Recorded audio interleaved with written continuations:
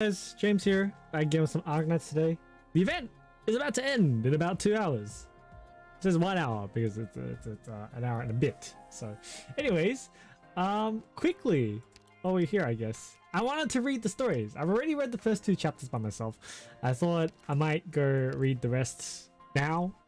I don't know. Let's see how fast we can go. And even if not, maybe hopefully it gets archived like right after the event. I think it will. I assume it will. I don't know if it does. If it does, then we can continue reading. If not, then I guess I'll do something else or I'll call it there for today. But anyways, yeah, I read the first 2 chapters and actually it's quite nice. It's really nice to see the interactions between Doctor and Amia and Kelsey. So that was very nice. I might go through them later, assuming we have time. But I'm just gonna carry on with the 3rd one.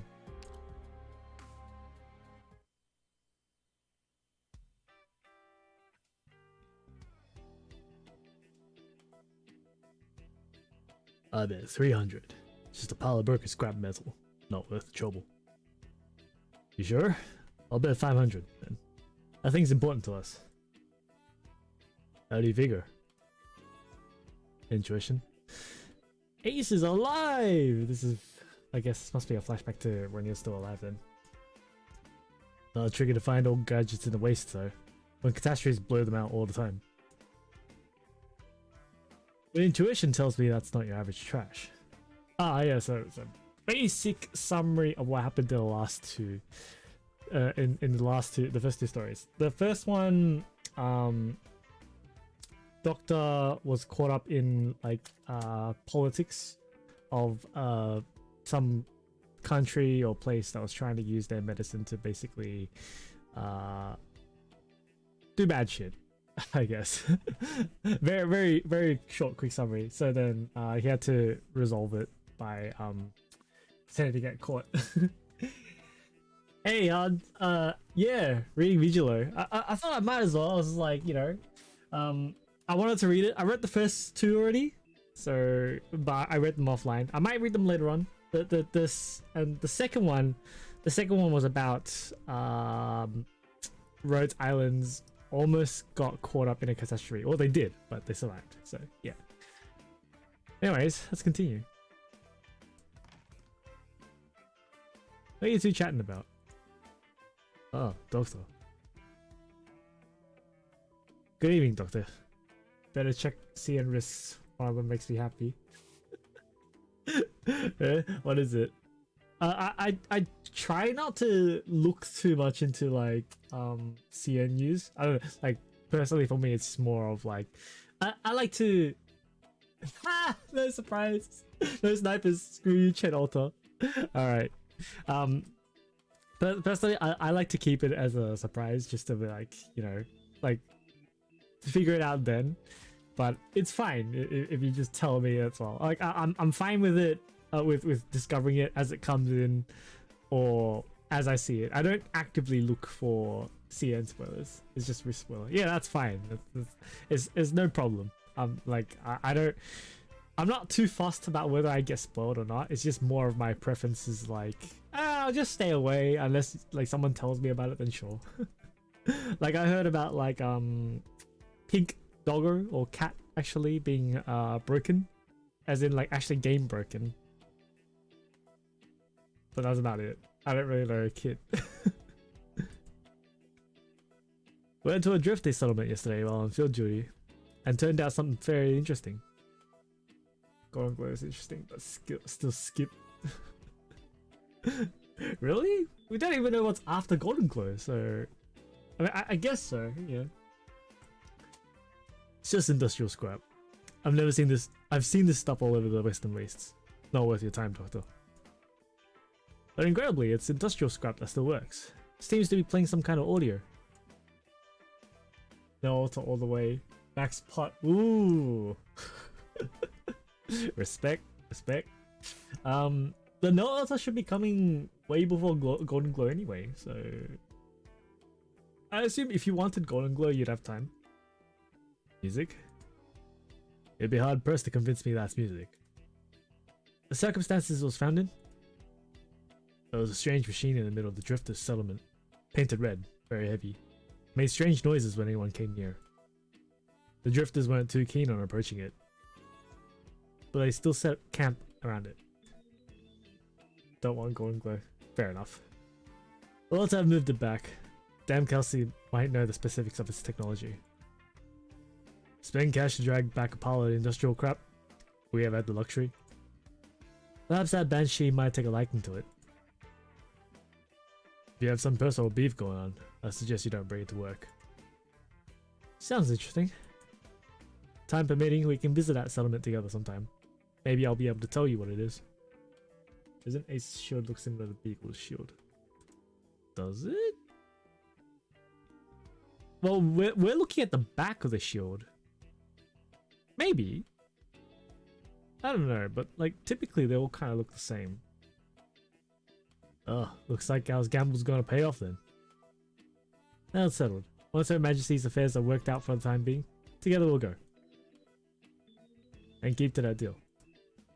This is weird, Arknights. There's a guy with a mustache. there are guys in this game. Oh. I needed to get some water. Okay. You awaken to an unpleasant mechanical noise. A normal day. Before your eyes is the ceiling of an ordinary living room in Rhodes Island. The furnishings look just as ordinary, though the hum of the ventilation system seems a bit deeper than the other cabinets. Hey, thanks for the follow. I thought you were already following me.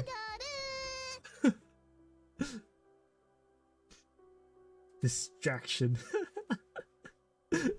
I thought you were. I don't know. Because I remember seeing your name in chat before, like quite a while before. So yeah, I know this is your first time here. Twitch didn't pop up with the first time chatter thing. Ah, that's okay. Well, thanks for the follow. Before your eyes is the ceiling of an ordinary living room. Okay, I read this already. Okay. You know why? It is one of the most inconspicuous parts of your many peculiarities. Kind of picky with my followers. Fair enough, that's alright. I try to be picky with my followers as well. My YouTube subscriber feed though is a different story. So is my Twitter feed, to be honest. You wash up perfunctorily. This part isn't so different from ordinary people. You take special medication to maintain your condition. This part is a bit different from ordinary people. 6 subs on YouTube. Damn. Next, you don the full body protective clothing that hampers your normal activities, but considering your physical condition, it is necessary. It may also be temporary, depending on your recovery. These are all orders from Dr. Kelsey. According to her, you used to know more about these things than she did, but now, only she can look after your health. Excuse me, I can't do female voices? Of course, Doctor. You are not like that one.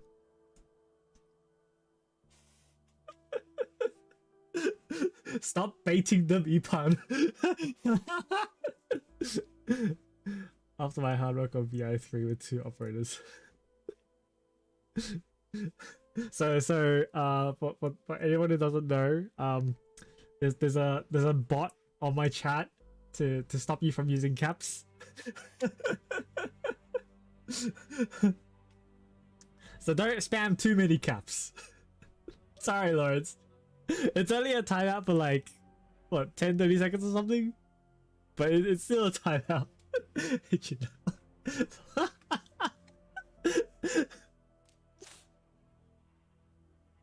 Is there anyone out there like us? Is anyone out there like you? Teheperico. The world has not been kind to you, and you know this. Oh, Doctor, you're awake. Considering how late you stayed up, you can rest a bit longer. Not going to urge me to work today? Doctor, I'm not trying to supervise your work or anything. You should rest when it's time to rest. Oh, by the way, Dr. Kelsey stepped out for the day. She asked me to tell you that the meeting is postponed to tomorrow. Do I actually get a day off? Yes. That's why you should take advantage of it and rest up. There needs to be punishments. You guys, I mean, there actually is like a thing to redeem to like time out people on Twitch, but I don't want to put that in because it seems like it might just be kind of like a shit fest. So I don't know. What a luxurious word. 7:33 a.m. The glasses removal. Oh, there is there. You just gotta redeem the thing. Or did I turn it off? Oh, I did turn it off, didn't I? No, it's there. It's still there. It's 5,000 points.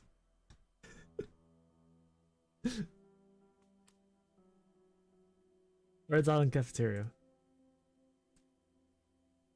Oh, doctor. Good morning. Eh? Oh, doctor. I'll wait until there's a lot of text. Alright. Good morning. Wow, doctor. You actually got the time to come down to the cafeteria for breakfast today? Am I normally that busy? Huh, would you look at that? I never see you in the cafeteria so early. How many points I need for VIP?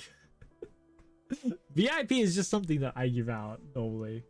I've only really given that out to like people who like have joined me on stream. So Ipan like frequently joins me on stream sometimes, just on chat. And he's a regular here.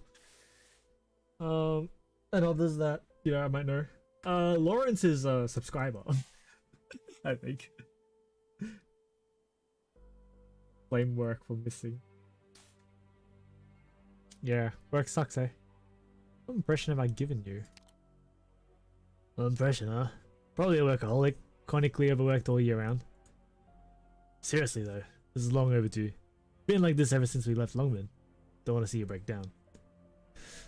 Be a little kinder to yourself, Doctor. After all, we were.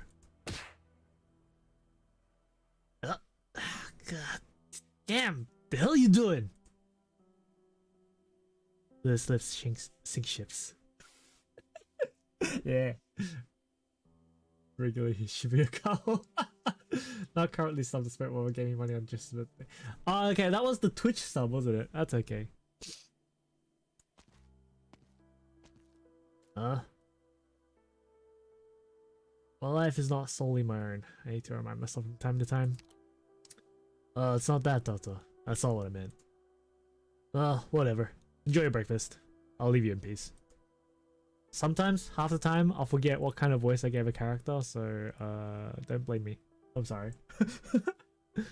The operators gradually disperse, and you find yourself sitting in the corner of the canteen. A rare occurrence indeed. Rhodes Island. A place that makes you feel both at home, and yet also estranged. Just like those clear but also unrecognizable memories. A pharmaceutical company with the primary goal of resolving the problems surrounding the infected. It is said that the past you was intimately connected to all this. It is said that you played a key role in its establishment. It is said that you were the brains of Rhodes Island, and that Rhodes Island was the extension of your will. A portion of what was spoken has been slowly returning to you, but you're not sure if this is good or bad. You have forgotten too much. Rhodes Island has welcomed you, but you don't know if you are worthy of its welcome. Your breakfast lies before your eyes. A bland but healthy meal. You know that this too is Kelsey's work. No worries. Thanks for coming by anyways, and thanks for the follow again, Han. We'll see you later, man.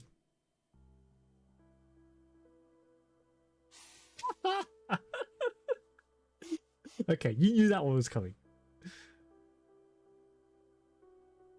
Over the past 3 months, your life has been filled with these feelings. Everything is so strange, yet so nostalgic. Conceptually, these feelings are completely contradictory, yet they manifest in front of you together. 3 months ago, during the sudden outbreak of rioting and conflict, they, Rhodes Island, rescued you from the epicenter of the turmoil. In the ensuing conflict, too many people lost their lives. So many of the deceased recognize you, yet you do not recognize them. So many of the deceased heard about you, yet you have not heard about them. You gave your utmost, gaining greater respect in the process, and your hard work finally bore the fruit of victory. Yet that victory still came laden with inevitable pain. Hey Demon Eye, what's up? Up until now, you've had but one question. A question that you've repeatedly raised to yourself, but have never been able to answer. Is it all worth it?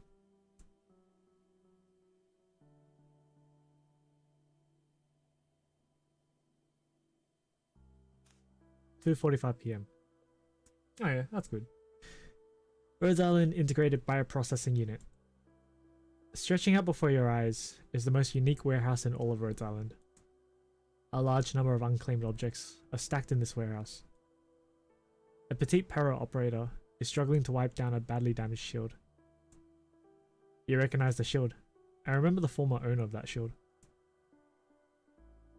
You remember that tall, somewhat slovenly operator who always sported a hearty smile. He was once your friend, or so you've been told, but you don't know anything. You're wary of this repetitive, contradictory nonsense, but nothing better encapsulates the current state of your existence. Yeah, it's almost over. All the specifics sift through the cracks of your fingers. You extend your hand to catch them, but the fine sands of memory are dragged down by the gravity and fall into the abyss, grain by grain. Doctor, how'd you end up over here? This is Ace's shield. Yes, it belonged to him. Every week I come by to keep it clean. It's so heavy. Can you lend me a hand, Doctor? It's really, really heavy. I always have trouble lifting it back onto the shelf. Your shield doesn't look like Ace's. Ace's has a bit of a protruding edge. You step forward to help her, but soon realize that you are too weak to lift the shield even a single centimeter off the ground. An op that has a shield, but we forget who. Are we the Winter Soldier? And this mysterious shield op is Cap.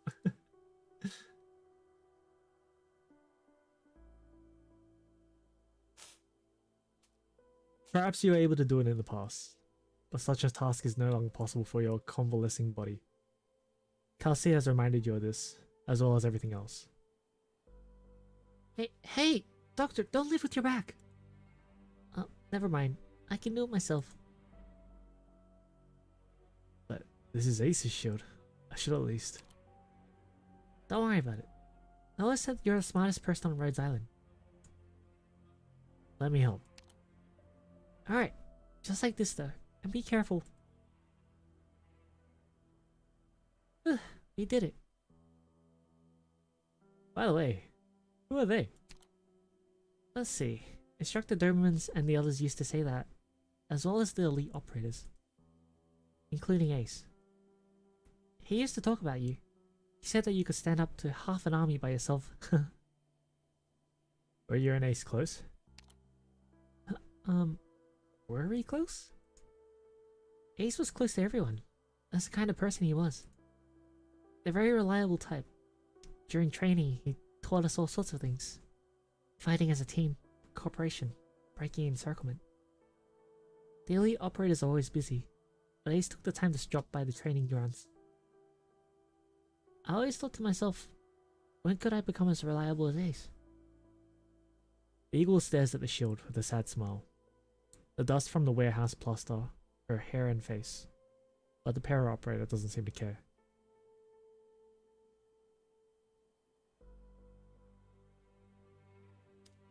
You look around the room, and in the corner of the shelf, something catches your attention.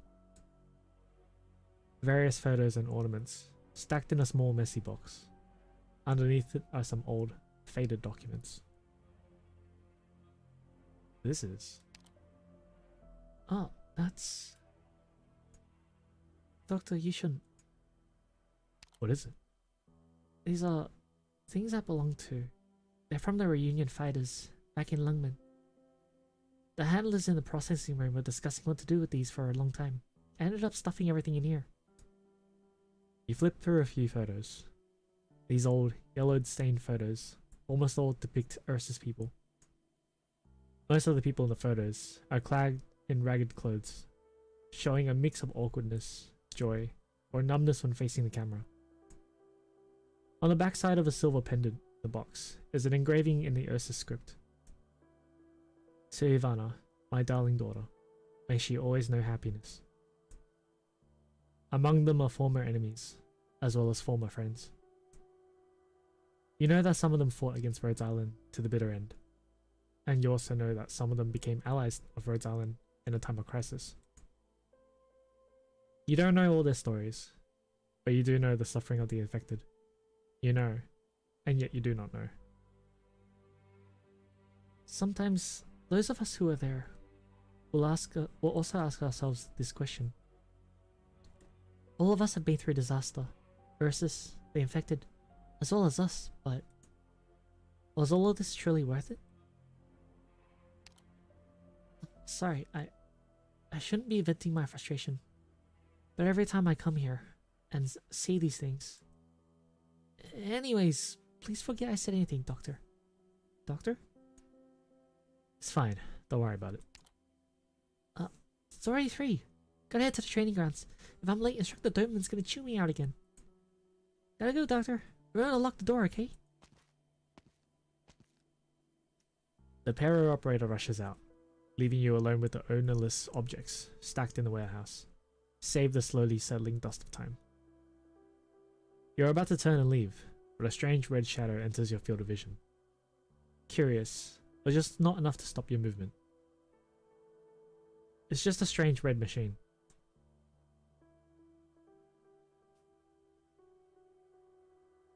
– 3:53 PM. Overcast. Rhodes Island Landship, lower deck. Real talk, don't you guys get hot in here all day? I don't even think about heading up to catch some fresh air. This here is just right for us Goliaths. Besides, someone's got to keep an eye out on this equipment. Rhodes Island depends on the power system here. Whatever keeps your motor running. Getting ready to leave? Yep, it's nothing for me here, plus that old hag Kelsey's giving me the evil eye again. I'm actually really surprised that damn Kelsey even let you back on. Huh. You have any idea how many swords a hag is hanging over my head right now? Well, then you could ever... Wait, look at the corridor over there. Wanna guess who's standing in that corner? Are you going to Victoria? Guess so. Just had a few words for my dear old pals before I go. We all know what you're trying to do. We also know we can't talk you out of it. But I have to say it one more time. Going to Victoria is not a good idea, W. I think sarcasm maybe shouldn't. Nah, whatever. I'm just a boiler worker. I shouldn't even be saying this stuff to you. Forget I brought it up. There is something I wanted to ask. Most of the gang already left, so why are you staying behind? With your skills, does you think you can make a good living anywhere? Her Majesty left us this home. No reason we should leave it. Having a place we belong to sure as hell beats wandering the wastes. Besides, the burly sarcasm knocks on a nearby machine. We have to protect the things Her Majesty left behind. Theirs is not much different from what you're trying to do. And you know what? That W better than anyone else. Protecting a boiler? A big old hunk of steam machinery is your home, huh? Basically, yeah. I'd say this boiler is my purpose in life. Laugh if you want. Yeah, you know this isn't exactly a laughing situation. Huh. You're still thinking of us, and we appreciate that. Safe travels.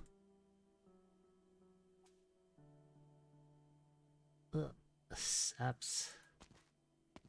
It's time to go. A voice from the shadows. W looks up, and though the light isn't on, someone has been staring at her from the darkness since the beginning. I know. Ascalon, you're the most impatient one of all, aren't you? You're really not gonna let me see that doctor or the dragon lady? There's a lot that I still want to say to them. Aw, giving me the cold shoulder? So, Ines is still alive? What's the situation in Londinium? Oh, what's the plan? It used to be with Teresis. Fine. Spooking me with the silent treatment isn't easy. He used to be a lot more talkative. I guess seeing me pissed you off? I'll leave then. Happy? It just so happens I had some stuff to check with the old hag first, otherwise I wouldn't have wanted to be here either. We work together for now. Work together, huh? I'm not sure I'd call it that. It's more like making sure I've got all my targets nice and clean before we meet up out there in the war zone later. I'm not gonna randomly stroll into Rhodes Island, don't worry. Though, these folks sure have an interesting look on their eyes. It's a warrior's look. You see it in battle. The sarcasm in the shadows does not answer. If you give us max risk daily on your map, maybe it won't give you the cold shoulder. W knows of this habit in Ascalon's line of work. The rule is, each extra word makes your head hit the ground a little bit faster. My dear sweet Ascalon, you're not my boss anymore. See you in Londinium.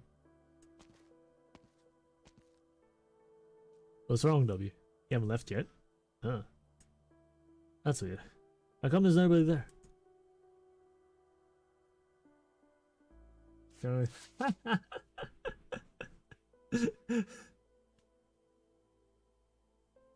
4:10 p.m.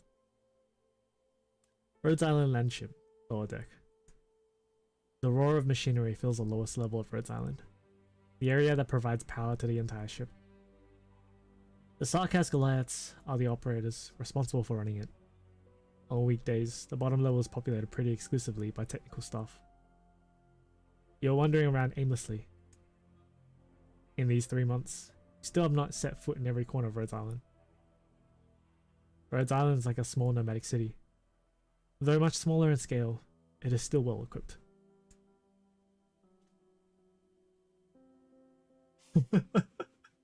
We can name one of the NPCs Civ Max, that will be a risk.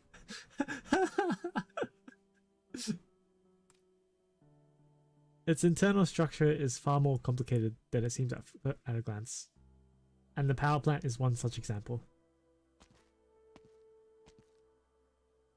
Why is it so lively here today? Nobody ever comes down to a place like... Oh. Doctor? Closure told me you were looking for me? Yes, that's right. Actually, I wanted to talk to you for a while. But you didn't need to come down here in person. I'm drenched in sweat, and it's way too hot here for you. Why don't we take this somewhere else? How's that sound? Sure, what's the rush? It's just about some nostalgic stuff. Sorry to make you listen to my rambling. The burly sarcasm man puts down the wrench in his hand and removes his dirty work gloves. From the bottom of his toolbox, he takes out a small teapot and the accompanying teacups, contrasting sharply with his large, rough hands. Do you drink tea? Am I the one bothering you? Don't worry about it. You're here. I might as well take a break. I'll be glad to have some then.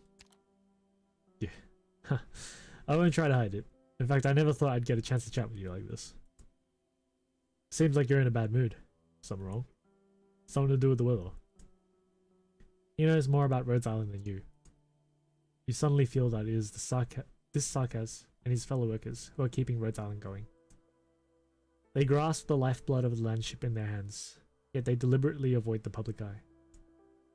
You're grateful for everything they do, but don't know why. It's hard to see the weather when we're working down here. Even through the lower windows, all you can see is the dust kicked up by the treads. I don't know what complex problems you're mulling over, Doctor. I'm just a simple boiler worker. Oh good. I'm not exactly the big brain type over here. Speak your mind. Maybe I should spend more time talking with everyone. Yes, Doctor. Miss Armia and M. Kelsey are always ready to help you. So you should probably start with them. There are too many things, and bottling them all up isn't a good option. Some things are hard to talk about. You seem to know a lot. How long you worked for Rhodes Island? I'm an old Rhodes Island hand doctor. We used to know each other. I took orders from you a few times before I started my technical work, even if you don't remember. The only advice I can give you is this. If they can't be the ones to answer you, who else can you ask to give you that answer?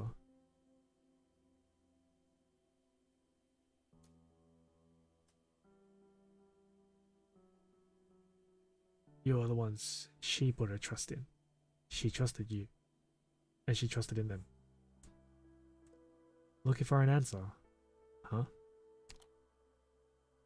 In fact, I just saw W. Is she here?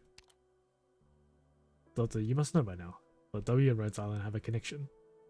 And you're mixed up in that too. When a Sarkaz like Flamebringer showed up at Rhodes Island, I knew this day would come. It's something. From Kazdel to Ursus, then to Lungman, and onto us here today. And even on into the future. We've kept moving forward. But we keep bumping into the same faces we started this journey with. Only now, they bring some of those far-reaching efforts they left behind. Effects.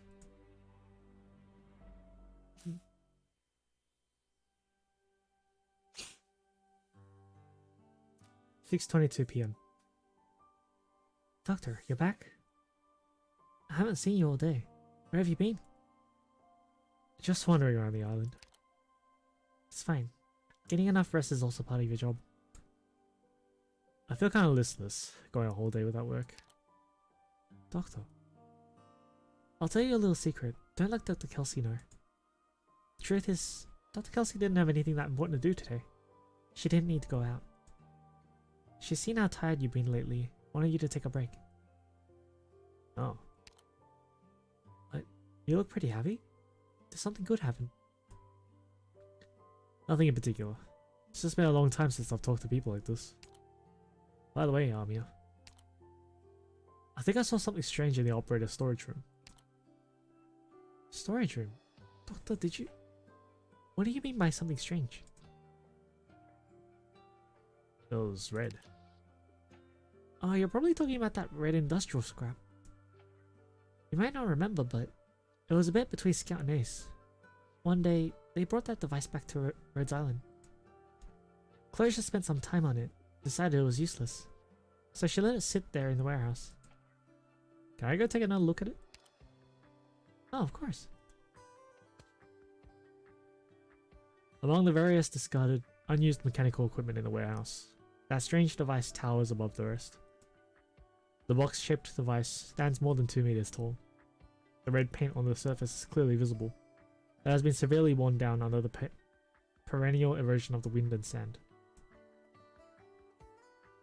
What's this thing? You're weird, Doctor. Why the sudden interest? When they first brought it back, the box would make noises as soon as someone got close to it. I think Closure broke it. What do you mean I broke it? It was already like this when I moved it back here. All I did was study it a little. I've never been able to figure out what this thing is really for. Originally wanted to see if I could open it up, but ended up breaking 3 power saws without a crack. So yeah, Doctor, you have any idea what this is? You reckon it can fly? Doctor, are you okay? All that work finally running your brain?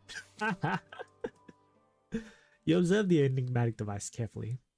There are no buttons and no gaps under its worn-out metal casing. You haven't seen anything like it before. At least in your existing memory. You have no impression of it. You lightly knock on the casing of the device, out of curiosity. Huh? Daughter! Watch out! Did anything happen? Don't worry about that right now, just stand back! After a violent rattling noise, the device lets out a small ding.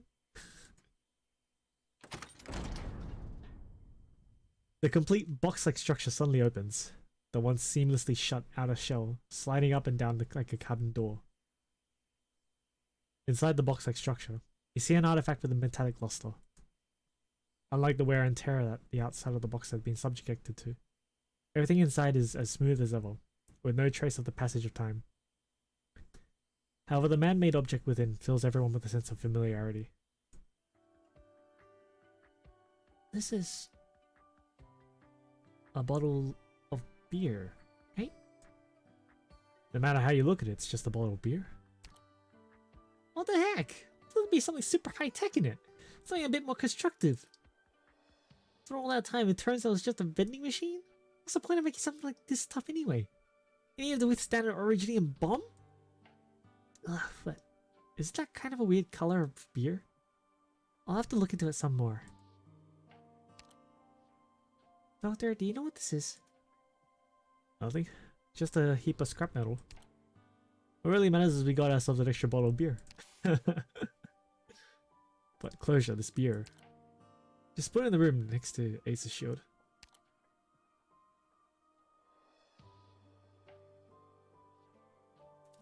Wasn't that the bet?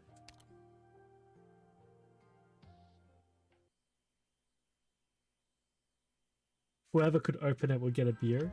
Or was that the bet? Huh. I'm trying to think what's the significance of that story.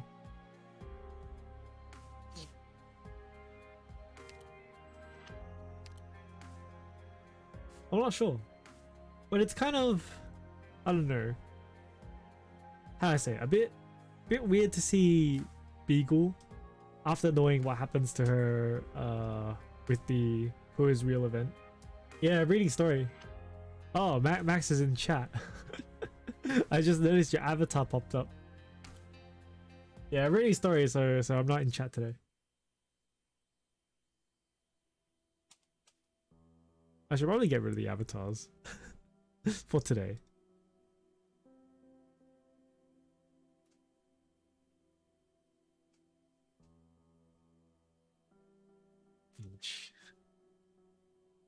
Doctor, you're saying that the two of you have known each other for a long time? Don't worry, I'm just a bit nervous. After all, you've known the Doctor for longer than you've known me. I would like to leave a good first impression. There's just one thing though, Kelsey. You have some concerns about the kind of person that the Doctor is now, right? It's written all over your face. Let me find out as well, Kelsey. I'm really curious. What sort of person is that Doctor who's so closely connected to your past?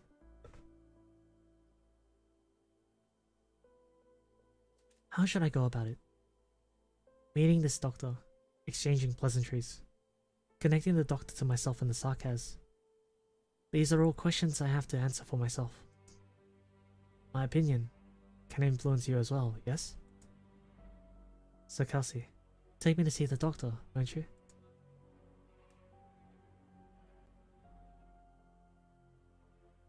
Huh. So you've known Kelsey for a really long time. I didn't realize it was longer than we knew Teresa. Good work, Scout. It's just a recon mission. Part of my job. Huh. Where are Kelsey and the Doctor? Conference room. Something wrong? Our spy in the military council has returned our intelligence. They don't intend to give us any breathing room. Unfortunately. A spy? Are you talking about that vampire noble? Your Majesty, I believe she only answers to the Prince of Blood and is untrustworthy. You won't find them in Arknights. Arknights is not a game about titties. Well, actually, there are some characters with it though. Namely Utage.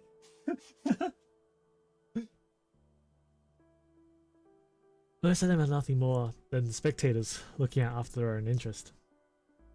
Unless forced by the situation, I doubt she would even enter the war.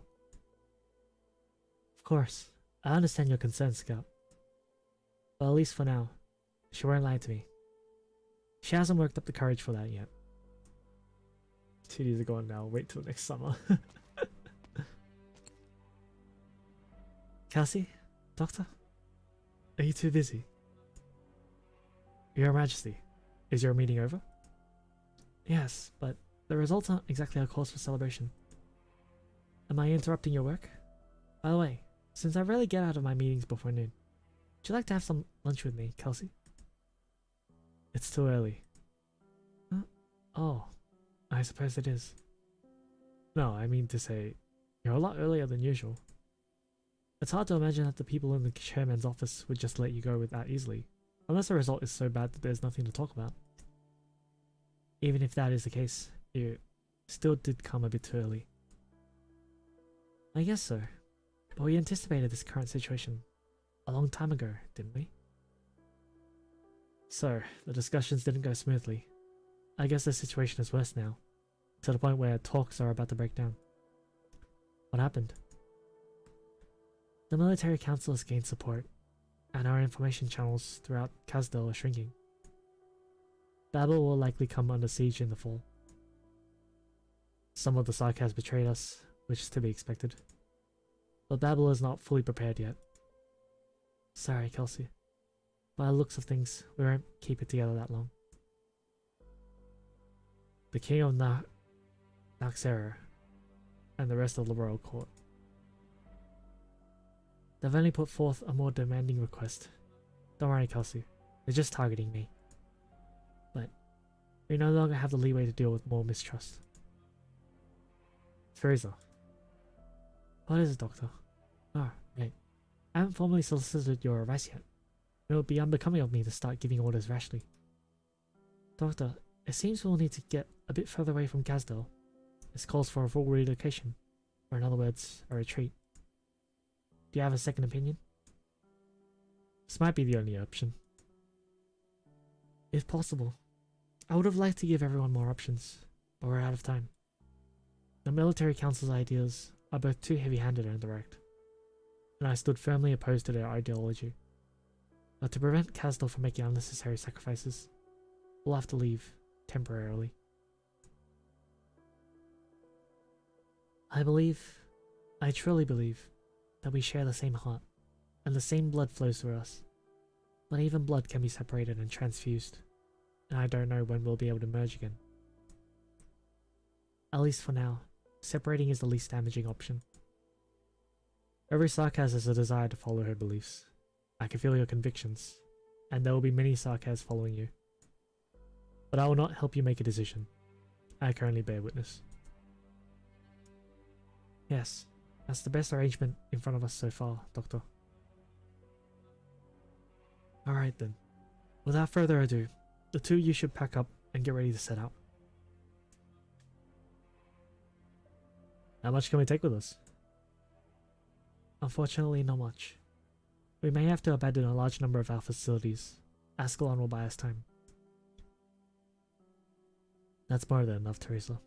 You don't need to dispatch any more hands to help us. I'll bring the doctor back to rendezvous with you safely. Then we'll follow the prearranged plan, Kelsey. The person in charge will arrive later. But, Doctor, Kelsey, I'm sorry to make you evacuate in such a hurry. We'll have to put the research on hold for the time being. How I hoped to see the fruits that they would bear. I'll work hard to create a space where we can continue our research. Finally. I believe things will take a turn for the better.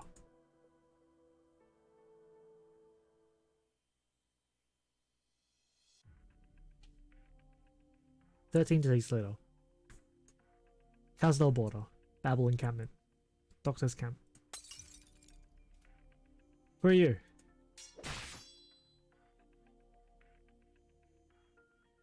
Don't move. I'm not like those idiots getting themselves killed for no reason. I caught you alone. You shouldn't be doing this, Sarkaz. Huh. Is that what someone in your shoes should be saying? I lost my patience a long time ago. Her Majesty. She even put you on a pedestal, letting you talk down to us. But you've done nothing for us at all. You don't understand us at all. You and that feline aren't even Sarkaz. You don't belong in Kazdel. Now you swarm around Her Majesty, using that intimate position of yours to push the babble she dreams about. Don't make me laugh. Her Royal Majesty, Teresa, the great hero, thriving for 100 years, she needs foreigners to direct her every move. I don't trust your ilk. Outsiders have nothing to do with us. You, Doctor, to think that Her Majesty trusts you so much, despite being an outsider. Still act like a bystander. Let me hear it from you then. Which side has a better chance of winning? The fact that you can only think of preserving your own hide proves how pathetic you are. How dare you?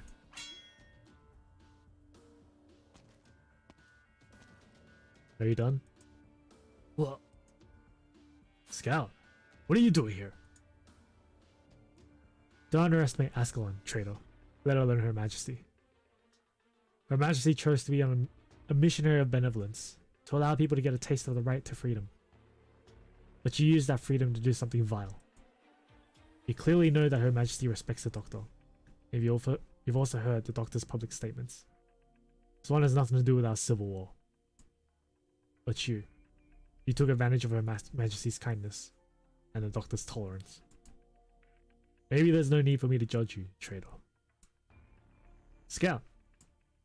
Doctor, I'm merely doing what has to be done. I get it, Scout. But he wanted answers from me. If he wanted to kill me, he could have done it already, instead of getting caught up in his choices.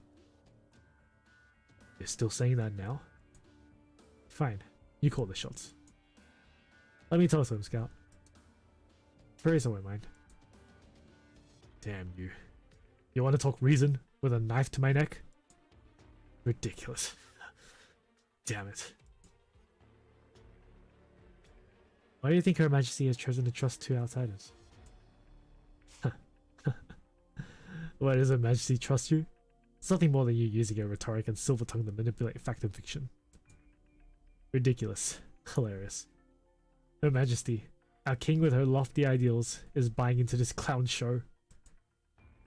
Okay, Sarkaz. Call me a clown. But I can't walk with Teresa anymore. That ship has tailed. You think you don't trust me? It's Her Majesty you don't trust. What gives you the right? We're getting led around by the nose. You can't be a loyal vessel. You can't buy into her vision. All we've got is that title, Her Majesty. You can throw around to add weight to your choices. Bullshit. You can talk like that about me? You dare say that I don't believe in Her Majesty's way? Those were your words, not mine. You filthy outsider. Choke on your own spit. Do you want to hear my opinion? I'll tell you, Sarkaz. I know for a fact that it's not my fault, or Kelsey's, that you lost faith in Her Majesty. You started to lose trust in her, and looked for someone else to blame. You talk out of your ass. If I really left Her Majesty, I would have taken your head with me. If it's really my fault you don't buy into Her Majesty's sermons anymore, why bother confronting me? You're scared of Her Majesty's strength? Or are you scared you can't change Her Majesty's mind? You're still lost. You don't know your own destiny, but he wants it. Doesn't matter who you are. He knows that there will always be people like you, and there will always be such a bridge. Who are you talking about? They awakened you, worked you up, and it's not so I could listen to your talk. He wants you to know what Teresa says, and how I react. You. I was never a part of the Council's plans. He needs to confirm this, whether Teresa acquired any additional power. Who the hell are you talking about? Dirty tricks, vague blathering, just to lure me into confessing to defection? Just put on a show for Scout? No, Sarkaz. I only want you to walk out of this place alive. What? Are you joking? What kind of joke is this? The one who can guide his people to survive is the one crowned king in their hearts. I recognize you, traitor. That night, you carried the wounded Ascalon back to the camp. It was you who brought the final message from the fallen soldiers to inform the whole army of the location of the recon team. So I'm giving you this opportunity. Impossible. Why should I believe you? Take a good look around the situation, traitor. Regardless of what the doctor says, you have no choice but to believe it. No! Scout, don't be deceived! The purpose of releasing me is to rehabilitate these lives. I'm not going anywhere. You want to slander me as one of Teresa's spies? You have the slightest idea of what I've been through. I am... Enough. Your Majesty. Doctor, are you injured? No. Your Majesty, this incident broke out so quickly because I didn't notice the situation within the team. No, I told Scout to stand down. Otherwise this sarcasm might have already been executed. I understand.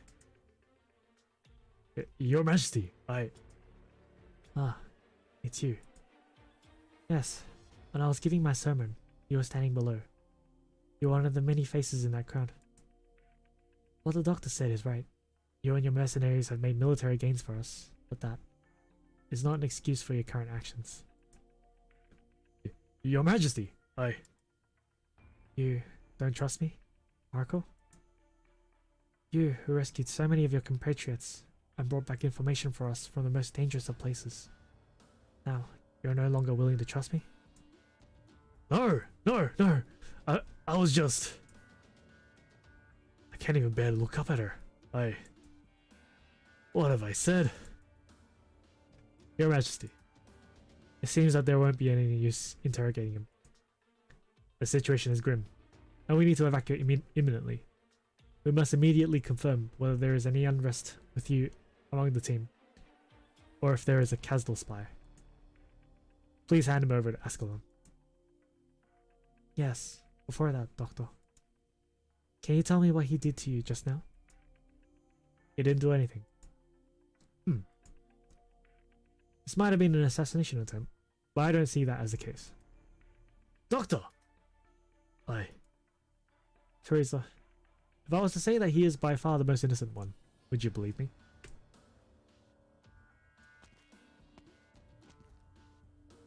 Doctor, this is no time to be cracking jokes. Scout probably doesn't see himself as part of your skit either. But at least this sarcasm is indeed not on the list of spies that the captives named, Teresa. Damned outsider! How dare you call Her Majesty by her name? Do you hate Kelsey? Do you hate the Doctor? Just because they are not sarcas? Not because of what they've done, or what they will do? Yes, that's exactly right, Your Majesty. There are so many excellent people around you, so why do you insist on letting these outsiders... Shut your mouth! Yes, I understand what you mean. Allow me to ask one more question. Scout, what's your verdict? I respect your judgment, but per my opinion, he should be taken into custody immediately and locked up. According to military law, there can only be one outcome. Indeed, this is but one choice. We are always faced with countless choices. No matter what schemes or designs he may have, he'll be unable to resist that desire. This won't be the last time you see actions like this. Teresa, if your tolerance creates further troubles, it will eventually threaten your safety. He simply made an unfortunate decision. No, Your Majesty, please, I can explain. I am Sarkaz of Kazdal. I just couldn't bear the thought of you and Babel being so far away from Kazdal. Initially, this was the thing I resisted the most. Underhanded tactics and tricks. If this was not the only way to achieve a lasting peace, I would not be able to swallow this pill. But the Sarkaz have been waiting for too long. Among the countless wars, we must utilize this war, along with equally innumerable lives, to open up this world and understand its emotions. Cassie, Doctor, this will be the attitude I have towards you. We share the same beliefs, and we can complement each other. Therefore, I choose to respect the Doctor's choice.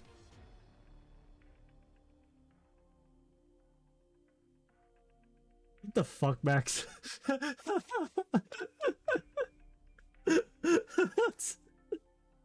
So bad. Doctor, please tell me how you'd like this to end. The Sarkaz. He carried it out an act of betrayal.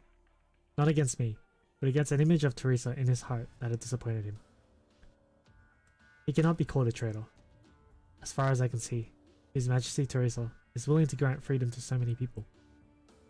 Why not exile this Sarkaz and see what choices he makes? Let him fend for himself upon this land. He may find a new faith, maybe in you or someone else. You, why are you doing this? I'm opposed. Even if the existing evidence does not prove his involvement with the military council, I do not deem it prudent to release a soldier who openly attacked his commander. Teresa. Your Majesty. Leave it to the army. Yes, Marco. You are a sarcasm mercenary. So, Scout, take him to see Ascalon. Babel will decide your fate. Ascalon will decide your fate. That you consider yourself a sarcasm of Kazdal means you cannot leave. Your Majesty! You're putting me to death? Scout, before he has any outbursts of emotion, restrain. No! No! No!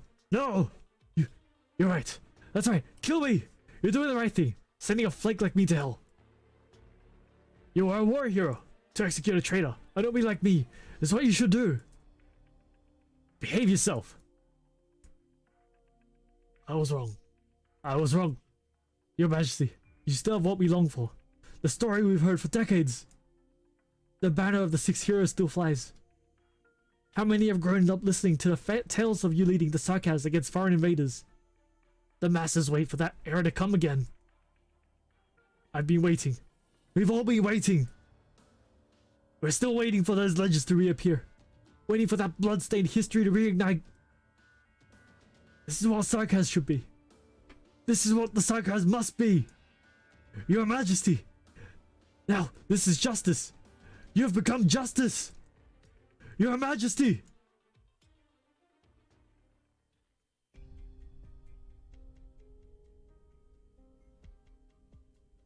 This is the current situation.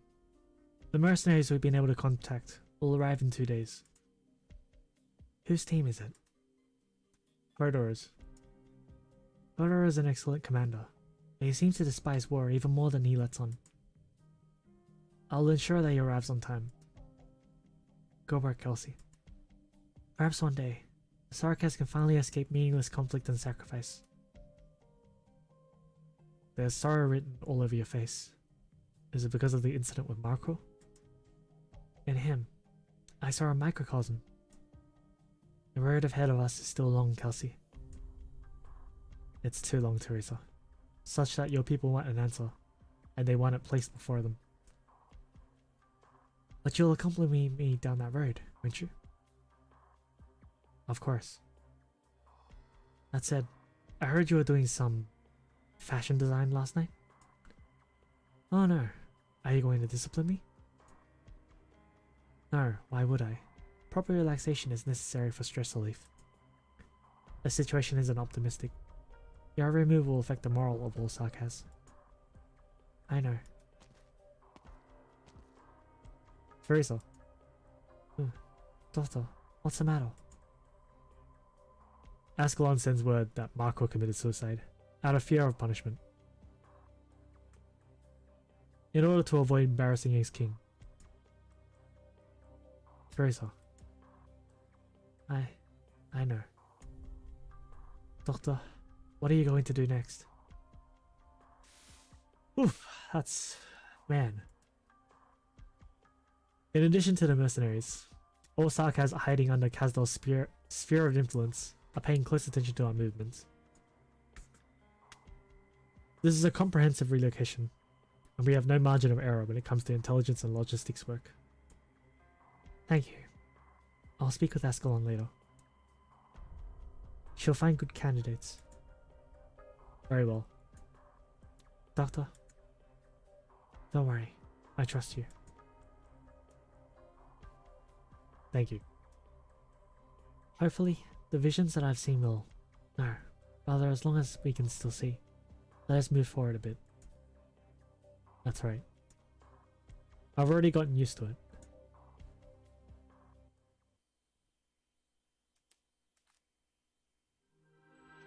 Well. Oh.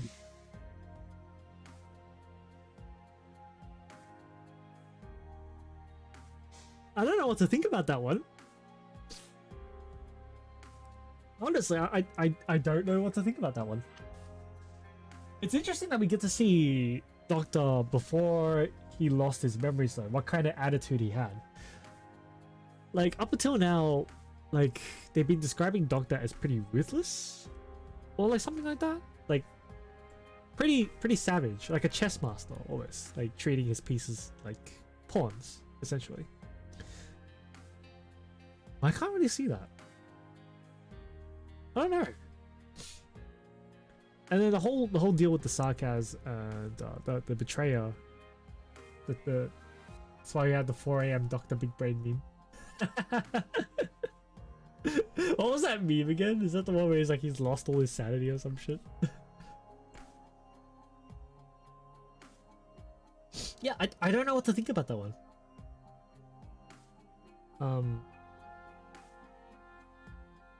And it's interesting that we get to see Teresa as well, but I can see where that sarcasm was speaking from, yeah, where it was coming from. It seemed like, you know, she was depending on Doctor and Kelsey a fair bit, I guess. And, you know, while I can understand his perspective, it's the sarcasm, dude. I mean, it's not exactly right, I guess. It's just kind of natural behavior, if you would align it to how a human would behave. I mean, typically, you know, you'd find it hard to trust someone that's outside your race. Instinctually, anyway. That meme is basically we're becoming the old Doctor and Big Brain out of a hard map. Oh, okay. Yeah. So I really don't know what to think about that one. And the one before that too, anyway. But anyways, let's jump to the next one.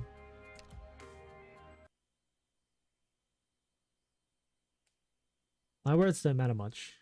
Only when you live free in every moment are you truly alive. Before anything, I need to grab some water. I'll BRB, like, real quick.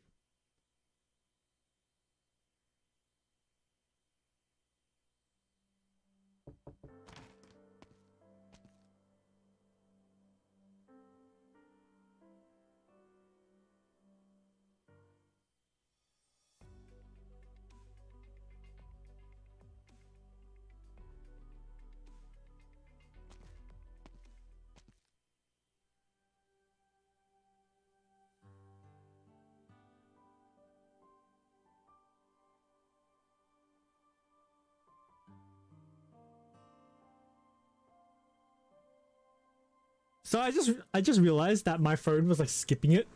So I'm gonna skip this and then restart it.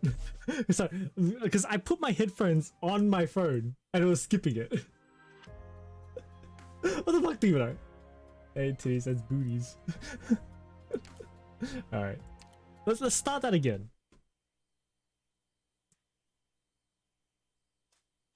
My words don't matter much. Only when you live free in every moment are you truly alive. Some good words.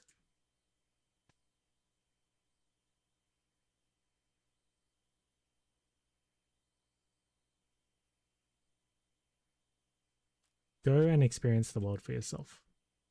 It will take many months to form your own ideas.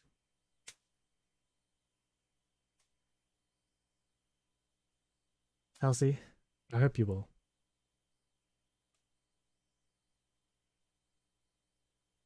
5:39 p.m. Clear. Outdoors, Rhodes Island deck.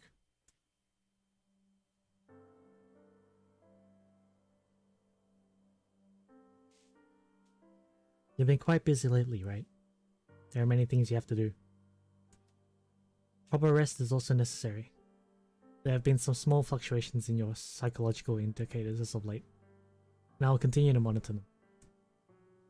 Right, Laze will be here to give you a report tonight. She was the one who led the raid yesterday.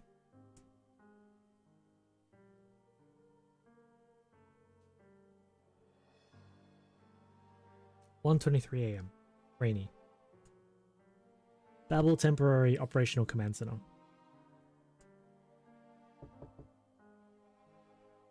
Scouts outside. He was in charge of last night's operation. This is the record of one of his rare mission failures since enlisting in Babel. Come in.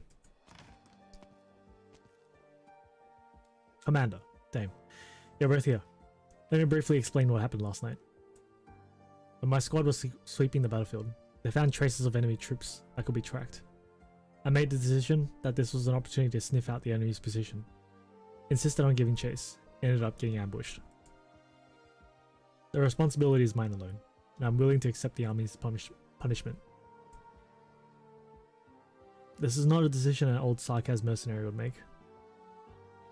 Regrettably, all my experience failed to let me know anything was wrong. Something has to actually happen for your experience to be worth anything. You lost no team members after the crisis occurred, indicating that your command was calm as you retreated, and thus proper. You deserve recognition, not punishment. I don't understand how you reached this conclusion. Army discipline loses all meaning if it fails to recognize when to reward and when to punish. You know that, Scout. Why do you care so much about her reputation? I need a reason. Damn, Kelsey. How's Reiko? She's out of danger. Scout opens his mouth to say something, but words fail him. Your heart is in turmoil. Rarely have I seen you struggle like this, even on the battlefield. If you could tell us what you're thinking, maybe we can. I insist that Reiko not be punished in any way. Because she's an orphan? Military discipline isn't a bleeding heart operation. Reiko's father was a sarcasm mercenary who died in the Civil War. She's in good company in Castle. Her mother suffered from severe oropathy. I was unable to raise her. Upon learning about this, Her Majesty Teresa has been providing financial support to the family. Nothing special about that either. If you don't have any better reason. Reiko only enlisted in the army to repay Her Majesty's kindness. She once told me that fighting for Her Majesty is her only wish, and the entire purpose of her life. Go on, Scout. I'm listening. In Kasdal, it is rare for children to have any wishes, or anything to protect. They get sucked into the maelstrom of war, and then they die. So you hope to preserve Reika's reputation, to keep her wish to protect Her Majesty alive. Scout cannot answer. The battle-tested veteran falls back into silence. The doctor raises slowly, reaching out to pat Scout on the shoulder. Kelsey does not expect this. Sorry if that offended you. I knew you must have had a good reason. No one will be punished, but that will have an impact on discipline, which isn't going to be popular. Scout, I hope that in the future, you and your team will respond to doubt with action. I swear to do this. Commander, Dame. I'll be taking my leave. Promise me one thing before you go. Value your own life and reputation the same as you do your teammates.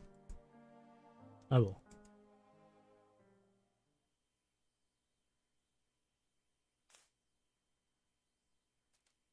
Additionally, Closure may approach you to discuss the Lindidium issue. She's very concerned about my position on this matter. You could share some more of this decision-making process with her. After all, she is also a potential combat operator. Is that foreshadowing something? We're gonna get closure one time? Sometime?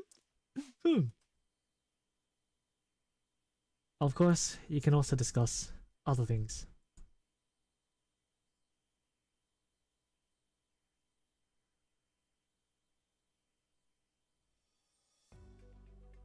(11:27 AM). Clear. Rhodes Island Chief Engineer's office. What is it this time? I'm wondering if you settled on the going to Lundium thing. I'm still discussing it, as the action itself is rather risky. Why are you suddenly so concerned about this? I'm worried you're not in the right headspace. I know you want to go, deep down, but you gotta think about the kind of danger we're up against. You waste a lot of energy getting up all torn up. I'm not torn up. Rhodes Island's safety is always my first priority. It'd be great if one day you could just do whatever you want. You can't put it past me. I know how close you are to Teresa. There's no way you can't stay out of that Lundidium thingy. This has nothing to do with Her Majesty. I only care about the pros and cons of the action itself has on Rhodes Island. Yeah, I know. Always responsibility and duty. Take a day to treat yourself every once in a while. Leave all the boring stuff to the doctor and let's knock some back. Just the two of us. Doesn't that sound nice? The doctor is already working very hard. I guess that's true. You'd think the amnesia would give us all an all-new doctor, but the workaholic part is still the same. But honestly, the old doctor was such a hard ass. I like the new version better. Because this one's easier to bully. I heard about the treadmill you gave the doctor. How it would start floating for no reason. And you had to watch ads to get it back down.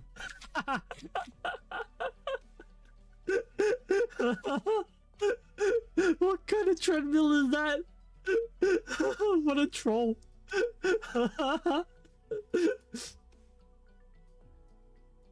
That was a special promotion.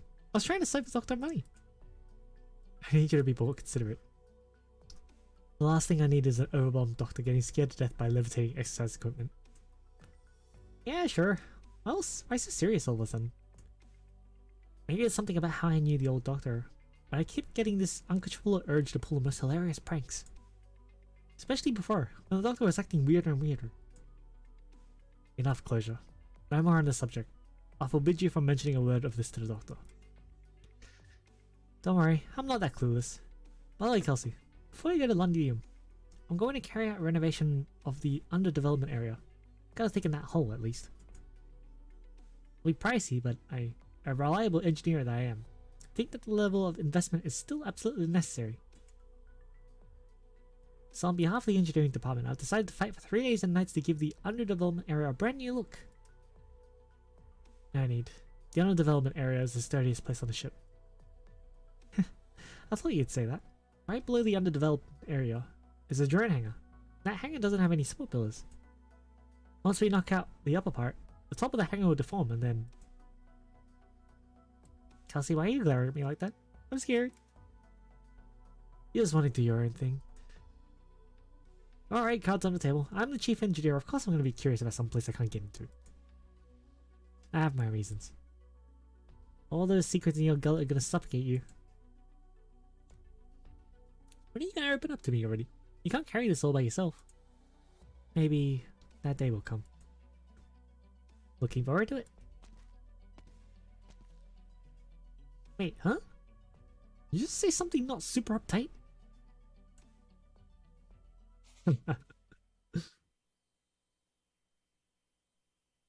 The patient placement work for Connor County will be completed today.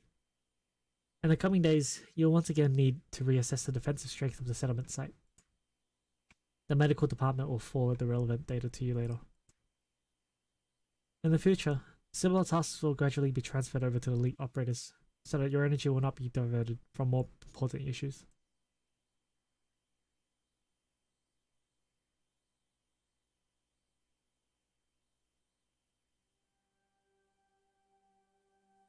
Sorry to barge in, but look alive, everyone.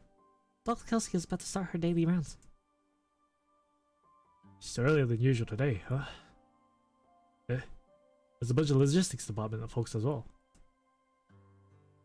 Should go to see Dr. Kelsey about that forgetfulness of yours. A lass from the medical department came over to our ward for a week or two, or so, to touch bases. They said that she was going to transfer all of us to a temporary medical settlement in Connor County. What's the point of other people talking if you're not going to remember a word of it? Don't worry, sir. After all, the arrangement was made rather hastily. I'll be reminding everyone again. The Rhode Island Line ship will be conducting a series of mock exercises around Victoria in the near future. We've decided to temporarily transfer you to a medical settlement in Connor County out of consideration for your safety. Is that another thing that's alluding to us going to Victoria? Because in reality, we actually do go to Victoria like soon, right? One of the events has us going there soon, right?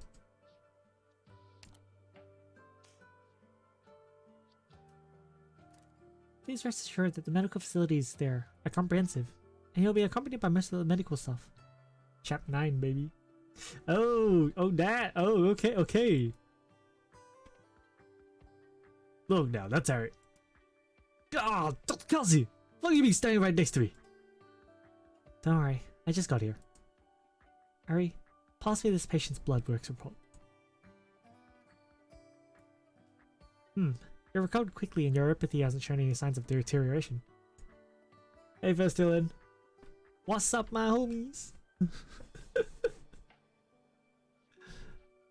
The fact that I'm still here today is still thanks to you. But I think back to the day I first had an acute neuropathy attack. You didn't close your eyes day or night. so you could rescue me. But just... It's my duty as a doctor. Oh.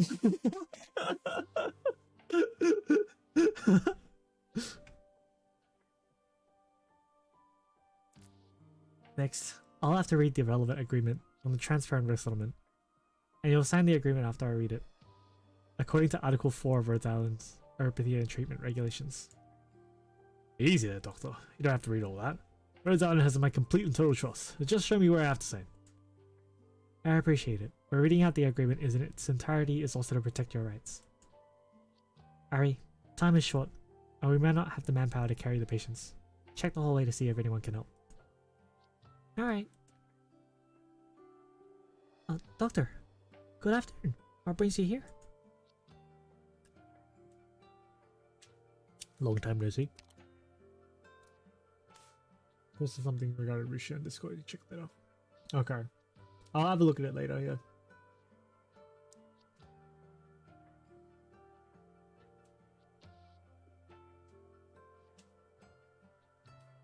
Doctor, are you available right now? We don't have enough staff to relocate the patients here. I might need your help. Sure. Given your current physical condition, I'd recommend you not engage in any physical labor. Please let me give it a shot. Don't underestimate me. Doctor, this isn't the commander of Rhodes Island, is it? The one that little Ari's always talking about every day? Sir, please don't say silly things like that. Doctor, I was just giving them an overview of Rhodes Island. Am I really that popular? Having the commander of Rhodes Island transport me? There's no way. Well, don't be shy. Everyone on Rhodes Island is obligated to help in even the most commonplace of tasks. That hardly changes even for the person with the title of the field commander. Okay, saves time. Plus, come here and help me lift his upper body. And pay attention to the medical equipment cable. Sure thing. Hurry, what's this new device? Never seen it before. It's a crystal melting instrument. Ryan Labs CR01 experimental model with a built-in originium circuit. In the middle and late stages of homeopathy, the body becomes filled with crystals, and the organs are easily damaged and ruptured.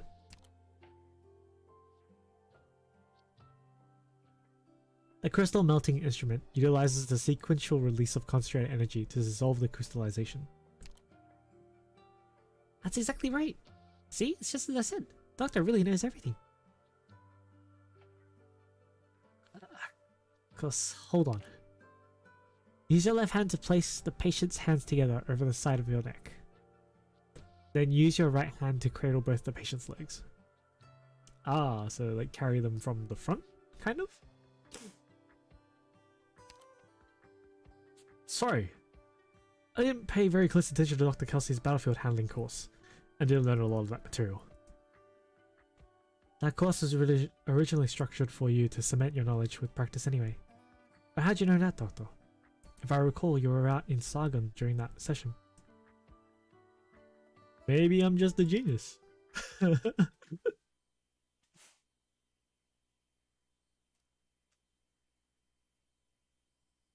last thing. Army has been busy with various assessments of the Londinium trip as of late. Please take the time to make sure you look after her. She may be the leader of Rhodes Island, but she is also still a kid.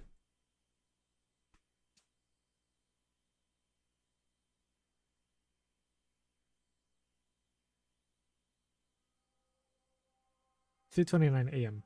Overcast. Babel Temporary Operational Command Center. You are the leader of Babel, but you're also a neuropathy patient. Please take your health seriously. I suggest you stop working and take a break immediately. Kelsey, you think too much about others. Oh, Doctor, please come in.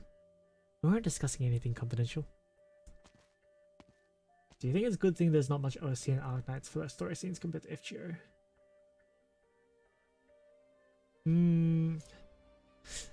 The thing is, I actually don't mind it, you know? Even though there's not much variance in OST, the OST is very nice. Like, it's very fitting to the atmosphere. it matches exactly the kind of scene that, like, you know, that you're reading. And the music's nice. It has a nice melody to it, or at least the BGM anyway. Like, obviously I'd prefer that there's more, but I don't mind it. Do I think it's a good thing that there's not much OST? I don't think it's a bad thing that they don't have much OST. I'll put it that way. Like, I wouldn't say it's a good thing. I think it's just it's okay. I don't think it's bad, but they could do with more. Like, I wouldn't mind more, but at the same time, it's fine. Like, I think the most important thing for OST to me is that it's fitting to the situation and has a nice melody to it. It's not, you know, it's not a stupid melody like freaking FGO's main menu OST. Oh. The FGO can exchange OST from my room. No, you can't. You can't exchange OST from your room. You can't change it. You can hear it. Yeah, you can exchange mats to unlock a music player, I guess. But you can't even like play those tracks like anywhere else. So it's like absolutely useless. Why would I open my phone and play an OST through the game app when I could open it up on YouTube? Why would I do that? I don't know, man. Anyways, I heard everything, Your Majesty. You really should be getting enough sleep. That was a tense meeting we had last night. All that battle talk must have tired you out. No worries. Correctly, Doctor. I would like to apologize for the words spoken by some of the participants. They did not intend to offend, but were slightly agitated. They were worried about my safety, but I understand that you must surely have considered all possible situations. This is the best solution. Theresis wants to regain the initiative. He knows that your strengths are also your weaknesses. Who's Theresis again? Do we know who Theresis is?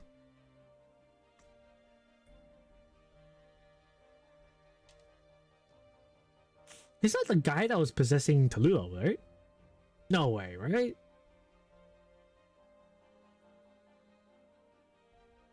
I don't know. I don't know this guy.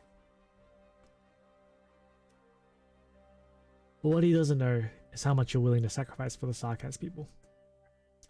When Ascalon's troops arrive in town, he'll see the writing on the wall. You're always so reassuring. Doctor, listening to your words is more refreshing than sleeping.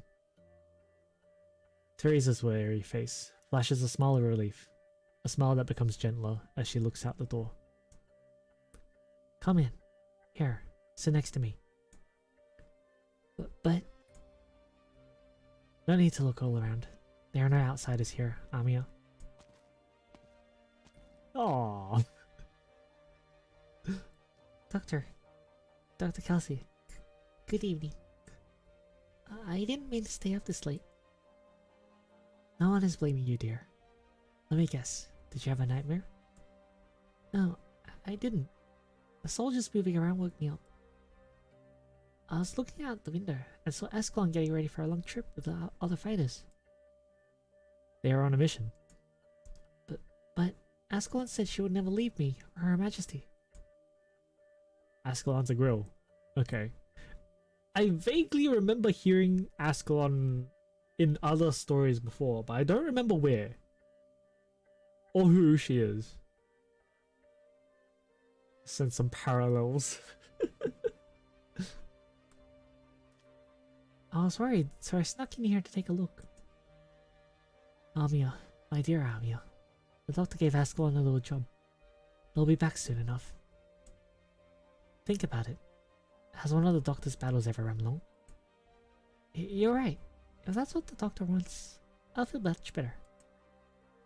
Doctor is the best at making everyone feel safe. Amiya, you should rest. Okay, I'm going to bed. Good night, everyone. What a sweet, lovable child. Doctor, before you came, I was a bit worried about the safety of the Rhodes Island landship in Ascalon's absence. That's natural. Stretching his front line thin, encircling a small town with no strategic significance. There's no telling what Teresa's true objective is. My safety is secondary. I'm more concerned about the safety of the children and the researchers on that ship. But as Amia said, you really do give people a sense of security. What you've accomplished through your command leaves no room for doubt. Doctor, Kelsey, the day we win this war shouldn't be far away, right?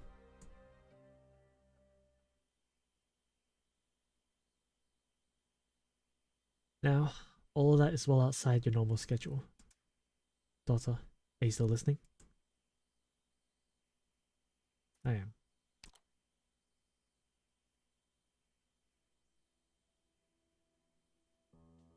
Screenshot of Kelsey.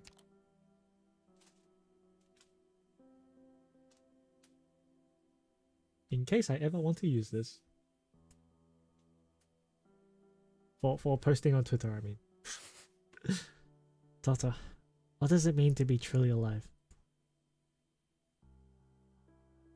Where'd that come from? Obeying someone else's will, losing your reason to move on. Does that count as being alive? That's just a walking corpse. Keeping your body, but being separated from your memories. Does that count as being alive? Are you talking about me? If you had to choose one or the other, Doctor, which would you choose? I'd choose to be free. Kelsey casts a deeply pensive look at you. Freedom is not free. After you lost your memories, you woke up, were forced to fight, and forced to witness the sacrifice of human life. This whole time, you have barely had a single choice. Look into my eyes. Tell me, Doctor, why is it that you fight?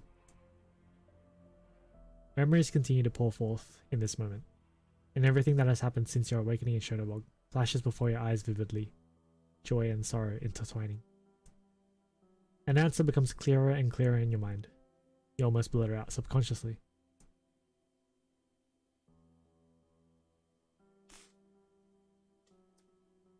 You fight for Rhodes Island. Make sure you don't forget the answer you just gave me. Even if no one understands, you must continue to walk this path. Doctor, you too will find your path.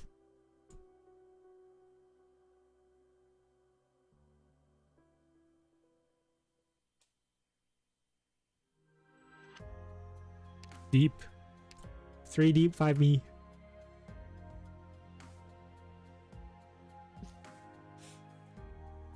Legit question though.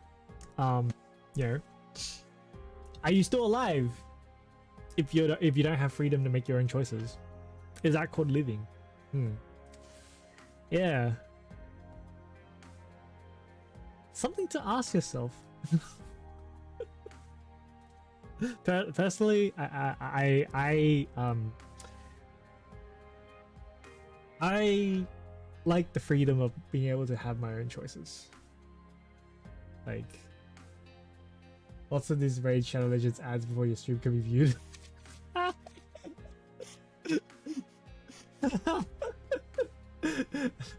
Stop it. Stop. Bruh. Yeah. Like I've considered I've considered that question before as well, right? Like in a similar vein, when I was younger. Like, are you really living if you're not making your own choice? Tomorrow Schnitzel CJ. Do we want Schnitz again? This time we'll order right. I'll order a burger this time. We can do that. Yeah, but like, because like in terms of how I was talking about it, sure, okay. In terms of how I was thinking about it, I was thinking more of like, you know, kind of like I mentioned this quite a while ago in one of my earlier streams, but something about along the lines of like following the herd, doing what everyone else is doing, that kind of thing, you know. Because you know, when you're younger, when you're in school, right, you have that natural instinct to want to belong to everyone, to do the same thing as everyone, to want to, you know, be the same as everyone else, right? And that's because you want to fit in, you want to belong. As a kid, I understand that feeling very strongly. But while, you know, when I was that age, anyway, I was already thinking of like this kind of question, like, is it me if I am not making those choices? You'll be showing up? Oh, okay, cool. Because I don't think Jason is showing up. So if you're showing up, let me know what your schnitz order is. I'll message you later, and then yeah, we'll order that. Got the same bubble tea as well, because we're not going for CJ this time. But yeah, like I questioned it myself, right? Where like, why do you want to do what everyone else wants to do? If you do, oh, we'll be back at 2 p.m. tomorrow. Oh, okay, cool. As an Asian growing up in Asia, what is a choice? So maybe you'll share too. Okay, so it's more like, you know, I guess it's like, it's also because I have the luxury of that as well, because I'm in Australia, you know. I grew up in Australia, and my mom, at least, is very nice to me, and not your typical Asian mom in that she lets me do things. I guess there's that too. Although maybe you would even ask this even if you were forced to do things. Actually, more so maybe. Well, I feel like if you don't make the choices because you want to make them, is that really living? That's the thing that that's like the one thing that she forces me to do. I'm like, okay, and even then sometimes I just don't go.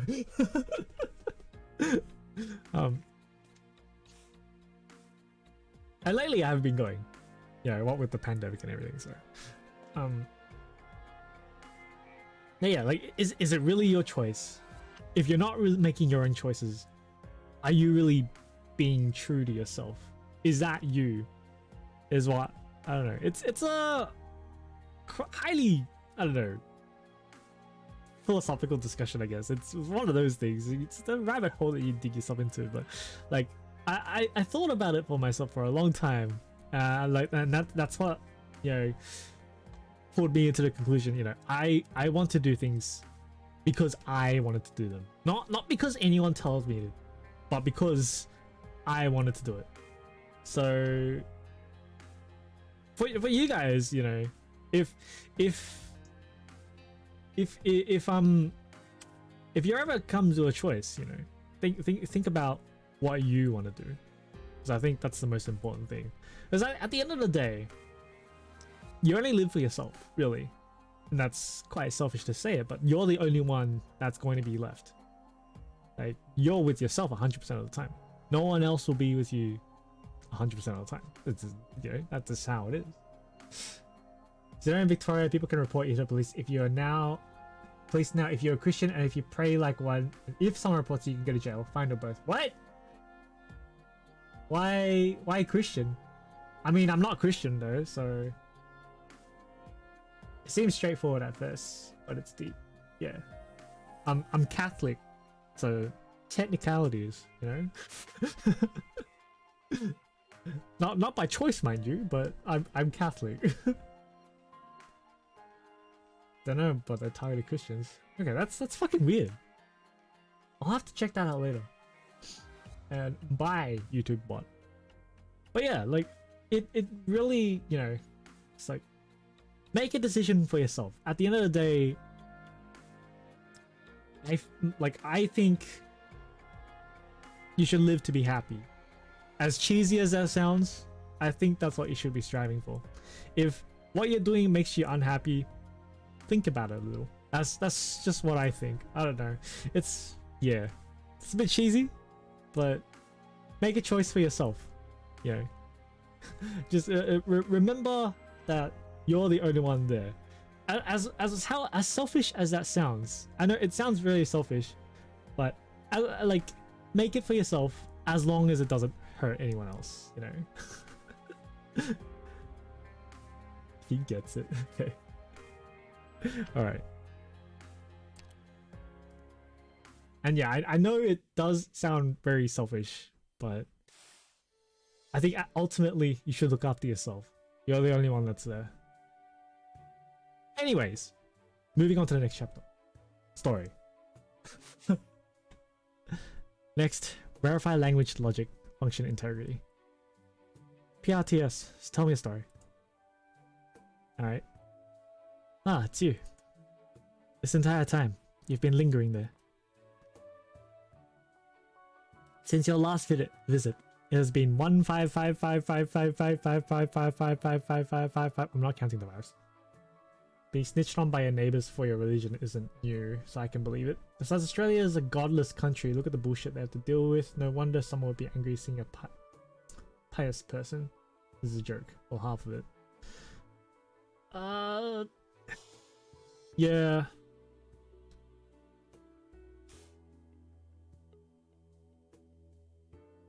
I don't know. I don't hear of stories about being snitched on for religion. That's the first I've heard of it. So, yeah. But I thought like Christianity and Catholicism was pretty accepted around Australia. I mean, there are churches like all over the place, so. This sounds familiar. Law was passed almost a week ago.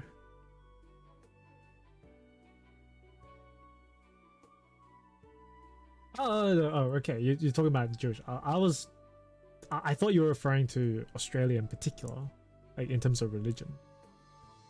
I mean, well, I guess religion always gets ostracized no matter where you go, right? Like, it's one of those things that just separates people naturally, especially because it has to deal with beliefs, and everyone's beliefs are different. And then there are people who, you know, really strongly believe in things, like to the point where what is it? If you don't believe in what I believe in, then you know, you're a piece of shit. Levels. That's not me saying it. That's like in those levels.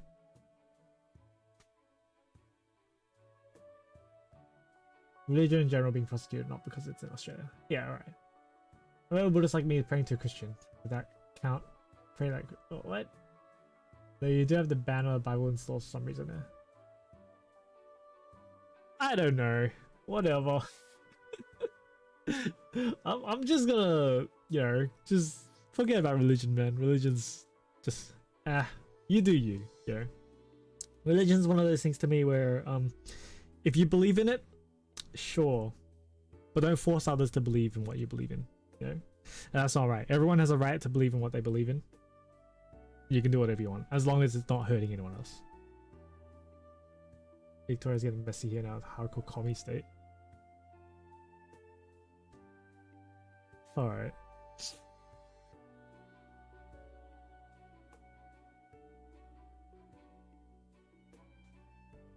Yeah, I'll have to look into it later.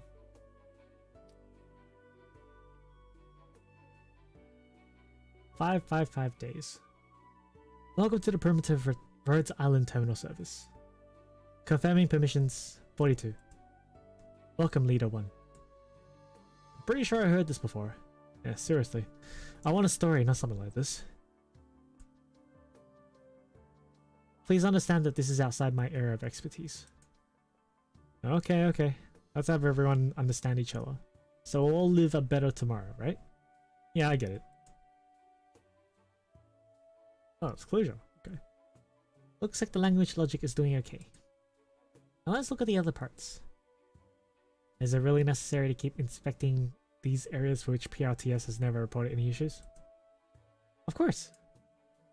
It's been a very long time since we did any data archiving on you. This is just like the regular physicals we do on humans. Have to make sure you're healthy and all. Programs have no concept of life. I kinda think you do though. Should I perhaps take that as a compliment? Of course. May I ask a question then? What exactly does a human think of the visual representation of my archives?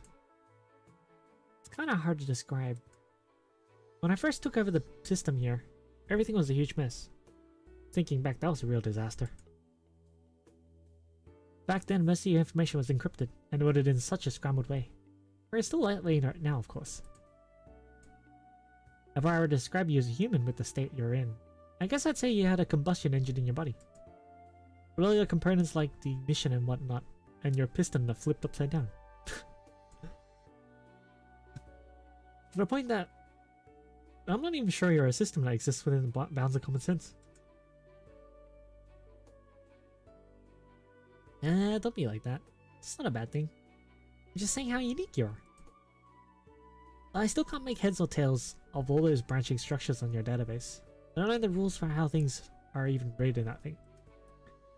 At the very least, Kelsey and I managed to fix and reorganize a decent chunk of it. How's that? No one knows you better than me right now. I feel terribly sorry that I can't help with that, Leader One. Why are you so polite all of a sudden? If anyone could just self-diagnose themselves no matter what kind of weird disease they had, all the doctors in the world would be out of the job. What's this stuff in here? Let's see. Have you forgotten? This is the sarcophagus rescue operation simulated test runs. There are so many complicated routes. We have so much data on these simulations. I might not have gone there myself, but I can reorganize. I can recognize more or less all the pathways that they could have taken. That's the Operation Rescue Doctor, isn't it? Process 04291601. Validation failed. Process 07201159. Expenditure exceeded. Validation failed. Process 08210957. Validation succeeded. Process 09081800. Validation failed. Terminated at. I'm surprised I even read those numbers right. My impression is that we did run this quite a few times. Seems like it, yeah. But process 11290957. Validation succeeded. Process 120105. There we go. I messed up one. Process tally 167. Execution nodes 3711. Did it seriously run that many times though?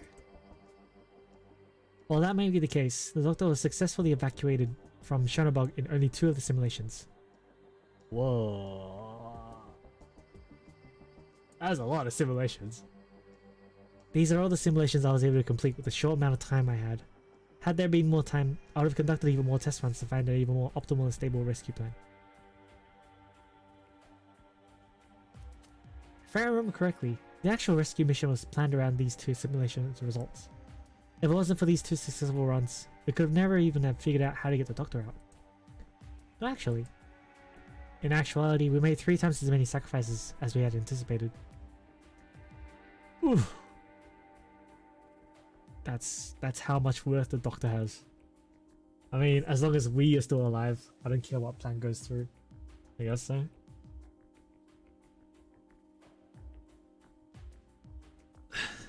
But at what cost? The cost. If this had occurred during the simulations, according to our procedures, this operation would likely have been called off. That's all in the past. No use talking about it. It's not like I can put a time machine together. Yeah, it sounds like a fun idea there. Let me jot it down. Fine, I'll do it myself, doctor. This is what I said. I think Amia would have thought of us as well. Well, as long as the doctor is alive? Maybe, yeah. I don't know. Is Amia attached to us that much that she would say no matter the price? I don't think so.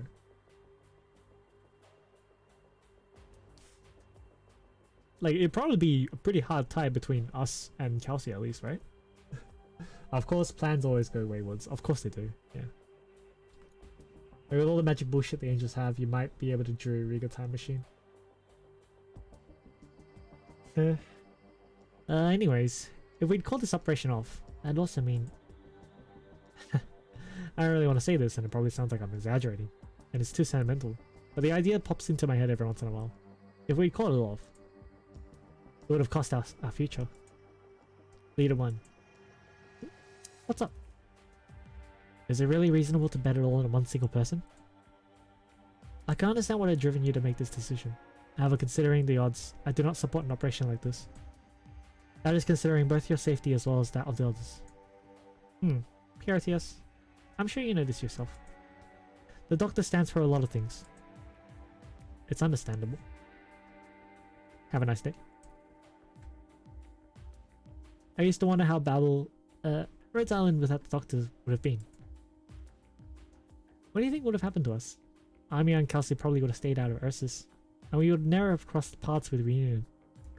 Don't you think we would have been in better shape? We might also have been driven into a corner and taken even worse losses. Everyone would get the pink slip, and we'd all just split and go home. Wherever home's supposed to be. I'm sensing some kind of dry humor in your statement. It's a joke, alright? If I actually thought that way, Kelsey would have thrown me off the bridge a long time ago.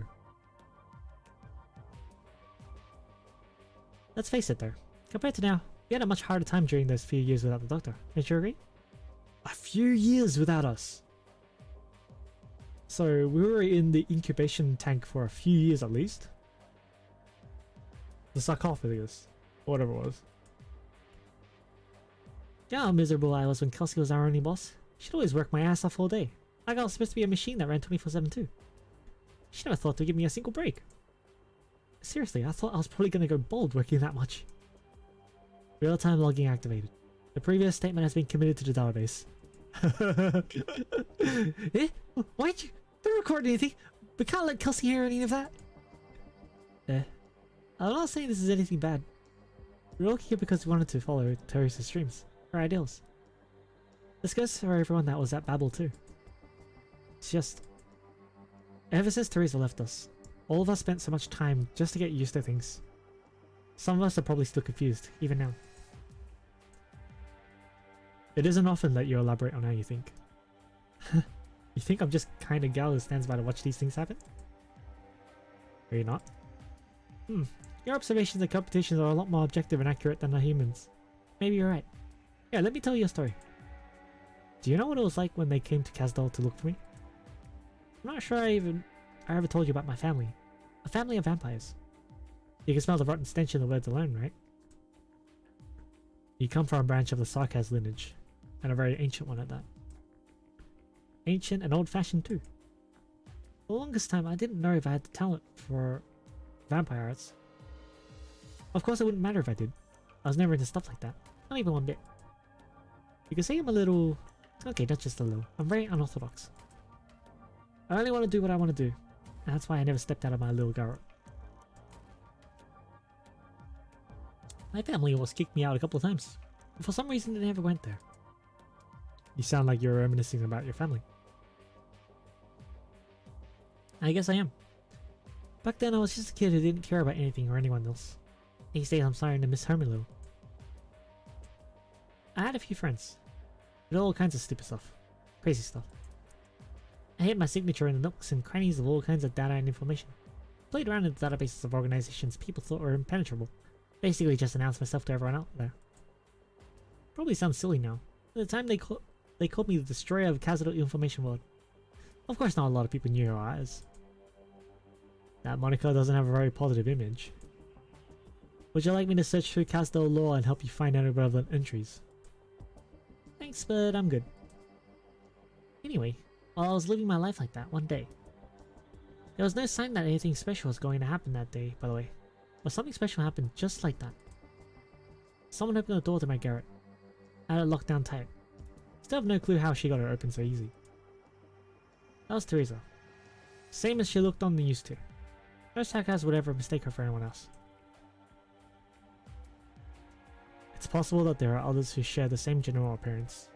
If someone who looked like Teresa had appeared. Nope, not possible. Even if there were someone like that, we'd never get it wrong. The monarch herself showed up and waltzed into my little room. And she told me she was looking for someone to break the shackles of the tradition.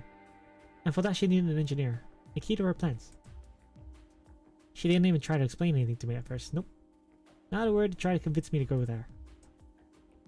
If it had been anybody but Teresa, I would have thought they were nuts and would have thrown them right out the window. So you turned her down? Nope, I accepted her offer. I said yes, because of the curiosity that's been driven me the whole time. Then I went to the meeting place she told me about. That's where I first met Doctor, who happened to be picking me up. I still remember when you first arrived. Unlike right now, it wasn't just you who was there. Doctor was there too. Sounds like Doctor was like a guardian, keeping watch when the two of us met for the first time. You know, you get pretty quiet sometimes. Makes me wonder why. I'm not sure why I prefer to keep quiet a lot of times. Whatever. Your system and programming is still a mystery, but don't you worry. I'll do my best to figure it out. Let's keep going. Not long after I took charge of Rhodes Island's engineering, the Doctor and Teresa came and showed me a weapon. Never seen anything like it. The Doctor asked me if there was any way to read the firmware and restore its original functions. It was tough, but I managed to do it, of course. It wasn't until later that I found out that, with the data I provided, the Doctor reverse engineered the device's mechanism, and even managed to use it to turn the tides when we were stuck in a really tight spot. Ace and the gang thought there was no way out we were going to win, but we actually managed to pull it out. That is rather adventurous. Using unauthorized equipment rashly can lead to information mismatch, or worse, lead to the user being exposed to the device's internal detection mechanisms. Right? It felt off to me right before I even finished looking through the thing, but the Doctor told me I didn't need to worry about any of that. It's like the Doctor knew about everything in advance, even the probability that I'd have the thing correct. Who knows how Doctor managed to do that? Also, speaking of which, it's just my own feeling.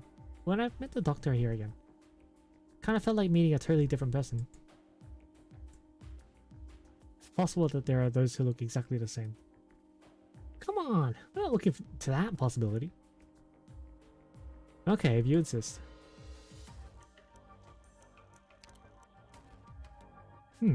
Okay. I can tell. The Doctor who came back to Rhodes Island is the same old Doctor there. Also kind of like a completely different person on the inside too. How can I say this? Just like that last operation, the Doctor's calculations were so accurate that our jaws all dropped. We won a fight we weren't going to win. Almost gave our friend a nickname, Super Demonic Processor. But then the very next time, the Doctor surprised us with a whole other strategy. It's like that was a whole other person all of a sudden, who could figure out the other side's thinking perfectly, without using any formulas or whatever. Are you saying the Doctor has a broad range of different operational strategies? Judging from the records, that does appear to be the case. As a matter of fact, the records show that the Doctor's deployment style has not been very consistent recently. Whatever kinds of records Doctor leaves behind or doesn't, I'm not going to call it strange. Is something affecting the Doctor's thinking and actions?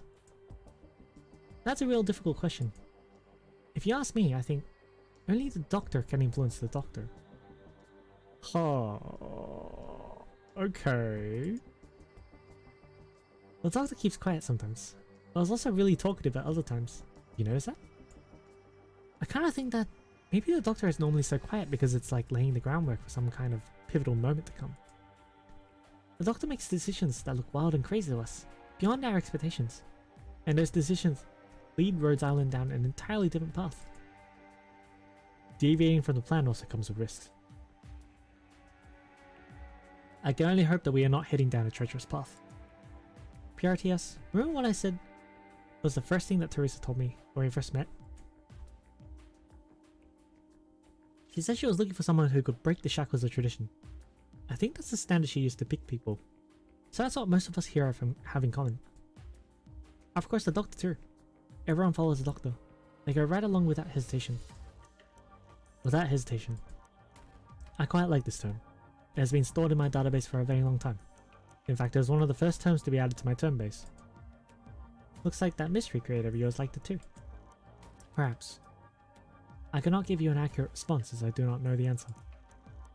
Whatever the case may be, that's how things are. The Doctor treats everyone well, but I guess the old one treated everyone pretty well too. It's not easy to figure out just what this nice person is going to do, and when or where the effects will actually pay off.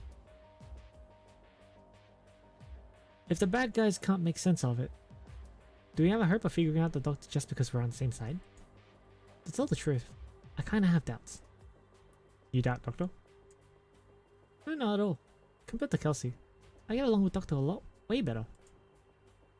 The point is, this Doctor is nothing like the old one. If we look at the new one the same way we did the old one, then I'd say we're underestimating our new Doctor. It isn't often that you judge a person so seriously. Yeah, that's probably because I really admired the Doctor, from the bottom of my heart. It was hard on everyone when Teresa left us. We lost way too many people in these 2 years. You know that better than anyone else. We were driven into a corner, basically. No matter which way we decided to go, we were walking a rope that could snap at any time. In the end, it was Amiya who decided we had to do something to get us out of that mess. And her conclusion, bring back the Doctor. That's right, Amiya believed the Doctor would bring lots of change, something that Rhodes Island desperately needed at the time. It was a gamble, really. We had to do something. We had to change. It was better than watching the few friends we had left bleed all over the place for no good reason. Closure also doesn't expect the amount of money some doctors give to her for Prime. Bruh, she's rich. Amiya was the only one to give orders back then, as she helped a lot of folks make up their minds on the topic when they'd been wishy-washy. Time proved Amiya right. We needed the Doctor. That's what brought change to Rhodes Island. From a probability standpoint, I would not agree with Husky Campbell. You know, PRTS, I've always thought of you as a pretty strange entity. The way you think is basically on the level of humans, but you're still lacking something. Something human. What would that be? Persistence. That's the kind of thing that drives people to achieve great things, and sometimes turns them into monsters. What am I doing? I thought I was going to tell you a story. Damn it, I was going to talk about my heroic adventures as a destroyer of the Casdo information world, but somehow I got so off topic. I think our conversation today has been meaningful. Although it indeed is not the destroyer of Casdo information world's heroic adventures. You aren't trying to make fun of me now because I had to... You admit you're terrible at telling stories, right? Damn it! Don't you keep this conversation in the logs. I don't want Kelsey to find out what long conversation I had with you the next time she goes looking stuff up. Hold on. You won't play this for her, right? I won't. Well, that's good to hear. Leader 1. Do you remember when you set a cabin to play Closure's midnight video market every night at 0 o'clock? Huh? Your evaluation of the Doctor has been so sincere that even I, an inorganic being, was moved. We should have it on loop in the Doctor's office for at least a month. Stop! Stop! Stop! Stop! Don't do it! Seriously, don't you dare! I'll start coughing up the blood from embarrassment, even before Kelsey got to me. That'd make me a real disgrace to the vampires. Alright, what a shame. What a shame! Sheesh, your personality is really taking a turn for the worse. I'm gonna set a program to restrict your playback permissions one of these days. Restricting permissions. Right, this'll do. Yep, your checkup is just about done. Well, I'll get going. What, Doctor? What are you doing here? How long have you been there? I just got here. Maybe.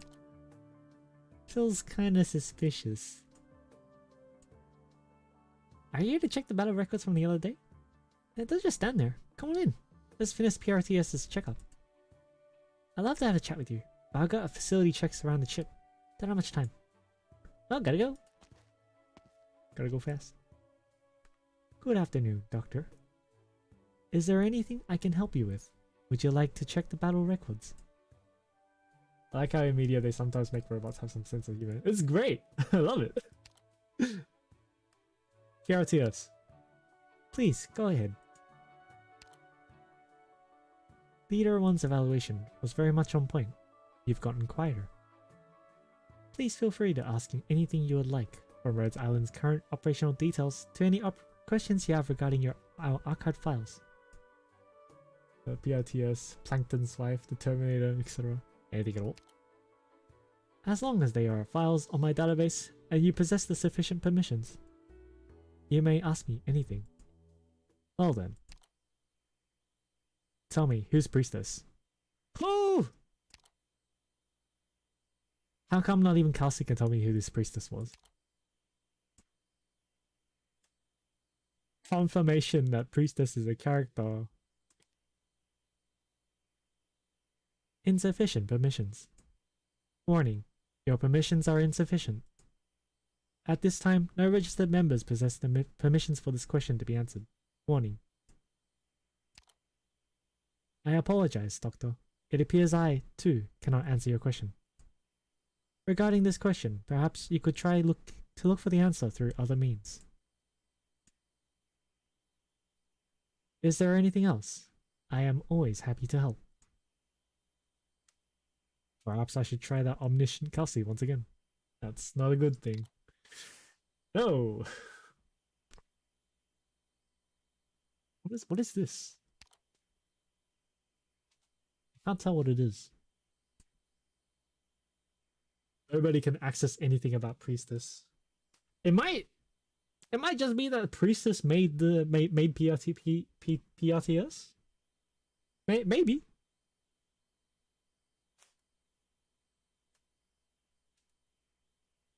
Activating self-verification program. Photography module running. Video module has not yet been shut down. Saving progress 89%, 91%,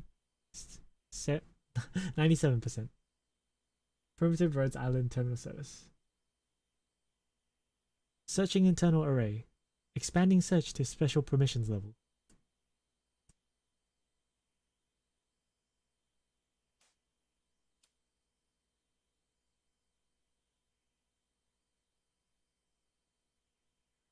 I legit had to look that up because I forgot. 2 years since I played the tutorial really does make me forget the names of stuff. Yeah, they mentioned it at the start of this thing as well, I think. Verified. System logic is functioning correctly. All systems operational. Found special item. Video file previously stored. Date unknown.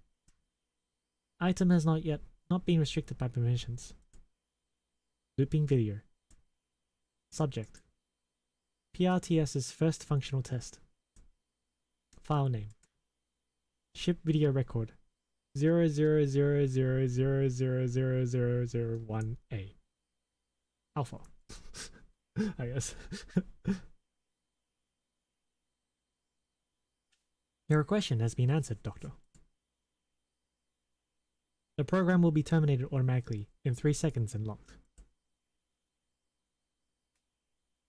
3, 2, 1.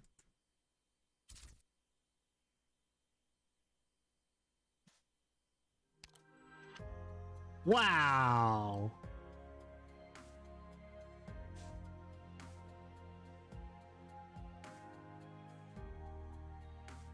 Was that last scene a fourth wall break? Wow! Is that a fourth wall break? Just reading this chapter, reading this scene. At the start of it, you know how they were describing how the doctor so sucked into it, I forgot to play CMV on 7. I can't get the last. Oh shit! I'm sorry.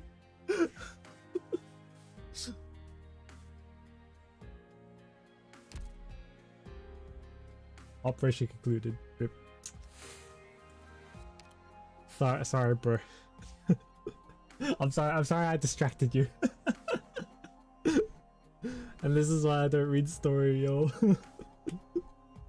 No, legit though. That last scene. The entire time I was reading it, right? Okay. Let me get some runs in. My sanity is capping.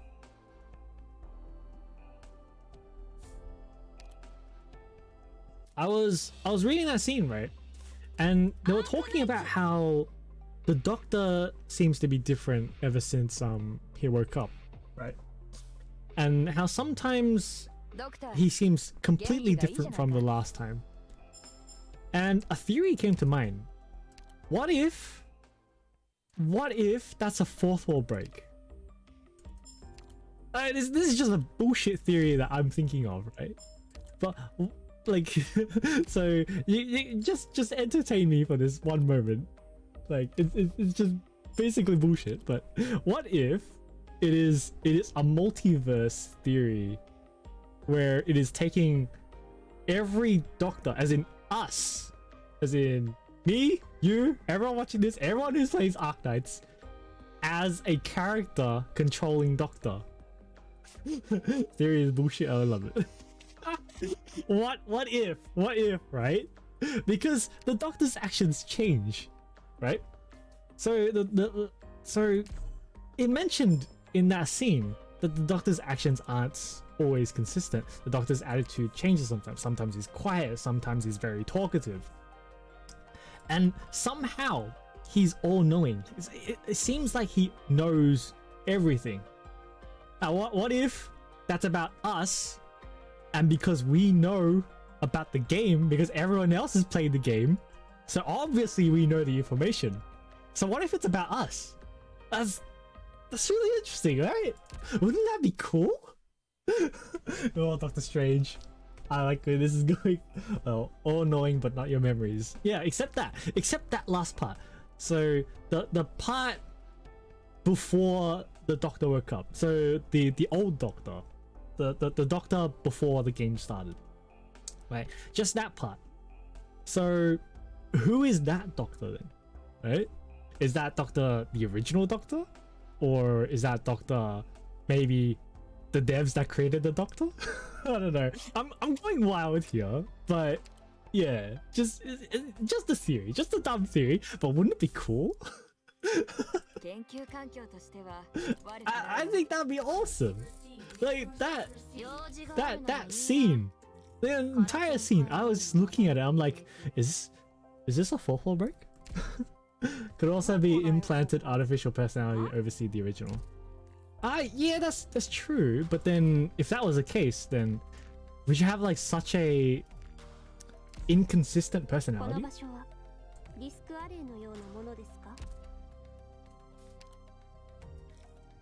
Unless it was like fucked up. I don't know. I just think it's cool. The Doctor watched too much Naruto where he made one too many of the clones and they have different personality. That's what I mean. Like, imagine if the story was basically like taking every single player into account. Like, imagine like every scene in the game is as if it was a different player controlling Doctor. Imagine if it was that. How cool would that be? That's awesome. Depends. Artificial personality put in, but some of the old Doctors still did. Yeah, it could be. Yeah, that could be too. I don't know. I just think it's cool. And then there's the whole priestess thing as well. You know. Okay. Did anyone give me a 2, or am I using my own 2? Okay.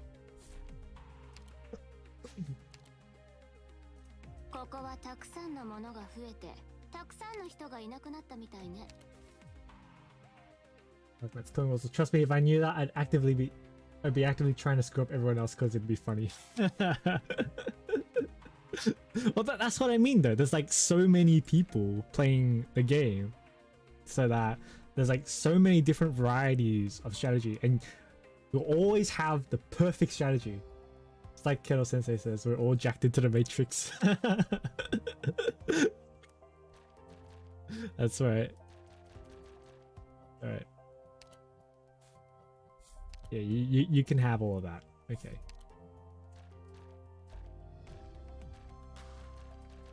You can have the sip. There we go. The amnesia ridden, the chosen one. Or what if like, what if the Doctor before the game starts? Hey, thanks for following Cinnamon Bread Bun. Cinnamon Bread Bun. Enjoy your stay. What if the Doctor from before the game started basically had like got into trauma or whatever, so he had to go recovery, right? And when that happened, he got isekai'd. What if that? What if? and now he's got now he's got powers from all of the versions of doctors, which is every one of us. What if? I'd like to have his brain CPU overclocking with no consequences. Exactly, because the game is always like Doctor's like the most amazing person ever. He knows everything. Like somehow he can always, you know, pull tricks out of his ass to save the day. How the fuck do you do that? I don't know. And how, like, he's always different. Yeah, he does. He has depression. His body muscles are fucked. I'd be the one who makes the most dumb strategies, but they'd work.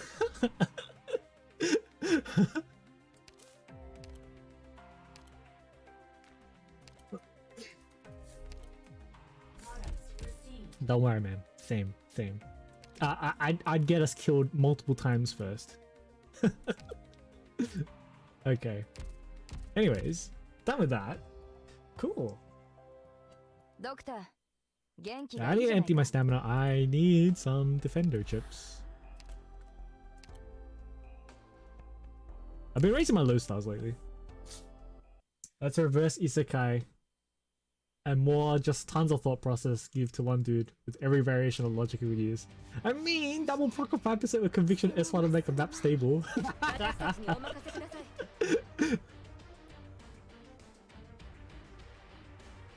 Hey, 5% means you have 5 in 100 chances of getting it to work, right? Right? That's how it works, right? Just try 100 times, you'll get 5 of them, right? Yeah? That's how it works, right? No, that's not actually not how it works, but you know.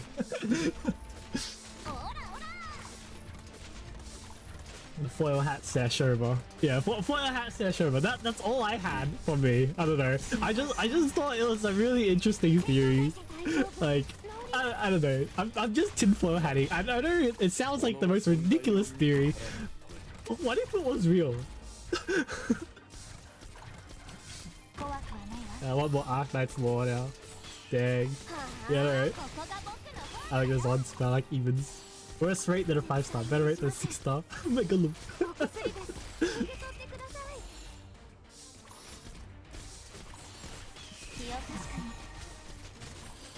Exactly. It's 5%. Just pick out the one time where it works, and it's all fine.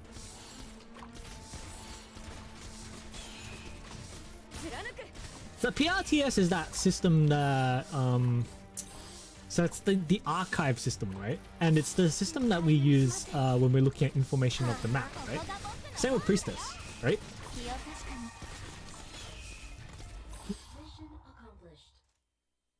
So that last scene at the end of that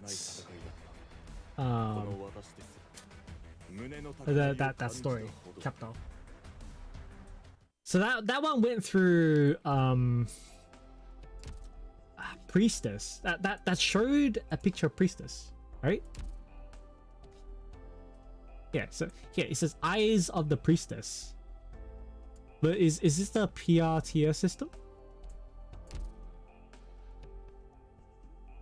Flick is the one recording our war crimes.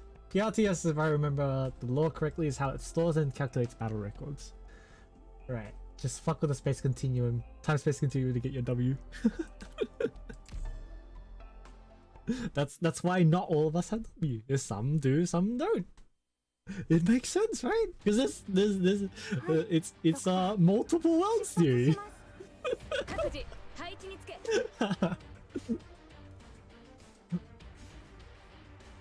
I don't know. I just think it'll be cool. What do you guys think?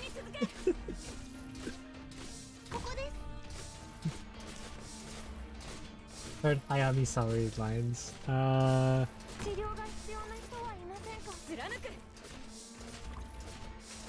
Which one does Hayami Saori voice here? I don't actually remember if she voices anyone. Nobody. I didn't think so. Has she voiced anyone in Arknights?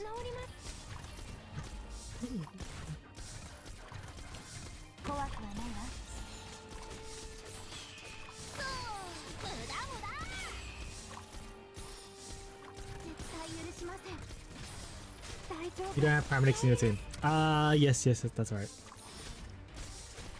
I do have paramedics, I haven't leveled her up. No, gacha up, MP5 win. Donate. Sponsor me. maybe I'll do it then. If you sponsor me, I will gacha on your account. How about that?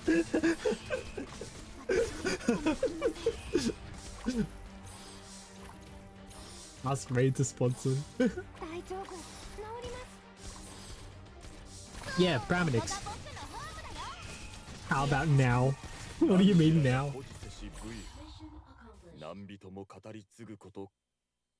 I think the gacha should be rotating to King Protea soon, right? For FGO?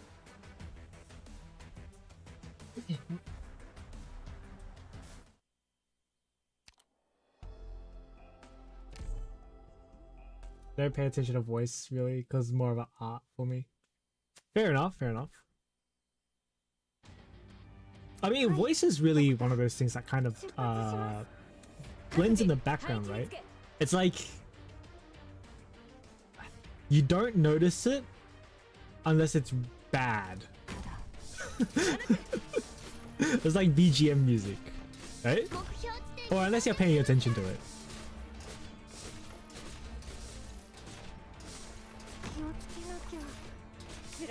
At least for like people who don't normally listen to music or voice that way. I keep it like an ear open for voice and music.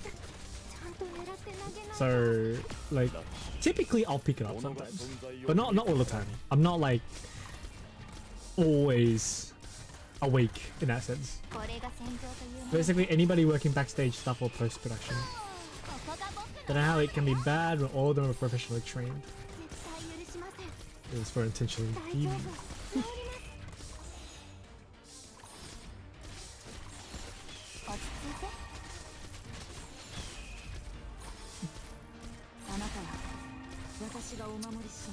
How do you guys like these kinds of streams?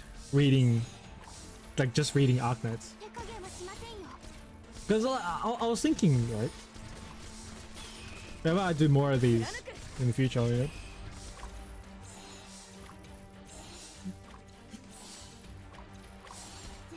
Because I like reading the story, and it's not often that I actually sit down and read Arknight's story.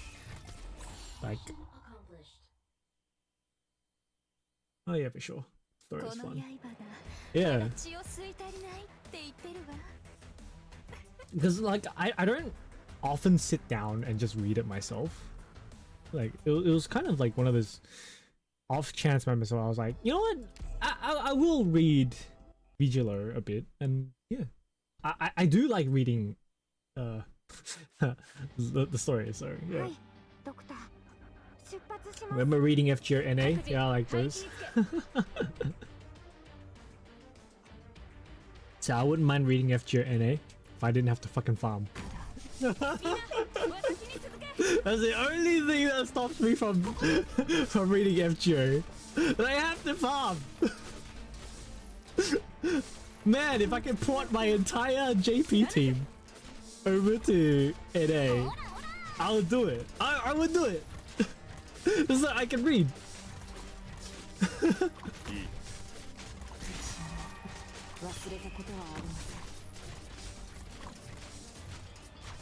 Yeah, maybe we'll go through some more story. Particularly when there's no event going on, or when like I've done like everything in the event, I guess. It'd be good.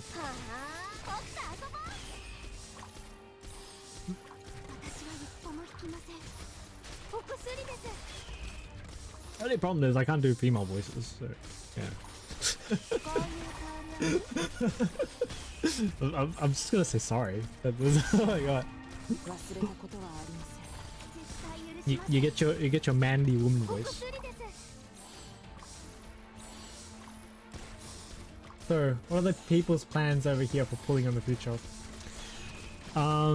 Saya. I know her name is like spelt like Sileek. Apparently it's pronounced as Saya. don't think it's Irish or something. I want to get max pot of her if I can. I don't think that's going to happen, but we will see. I also want to get at least one copy of Neo Altar. When I'm not molding in CC. Yeah, when I'm not molding in CC, exactly. Silent pot 6, let's go. I want to, but I don't know if that's going to happen. I want to, right? And then there's also Ling. I want to get Ling too. And who else was there? Oh, the ice dude, the snow dude, whatever his name is. What's his name? The guy, like, cause they implemented the freeze mechanic on operators. Yeah, Gnosis. Yeah, him. Probably want to get him.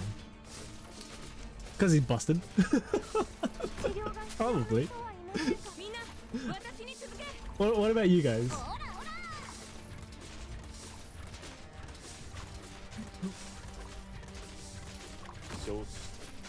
Interesting. I don't like really keep up to date with what's coming in the future with CN.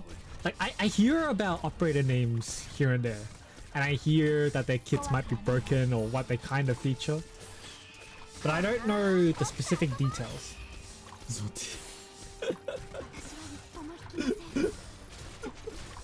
NTR Knight, cause funny name. Ling, my plans are beyond your understanding.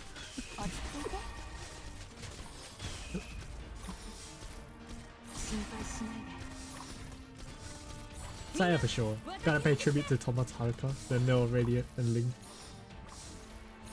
Yeah, they do. It's so her name is called Nil the Radiant Knight. Knight as in K. Yeah. Just like it's young. No, he does neither. Or she does neither. It's just that her acronym, where you short it, is NTR.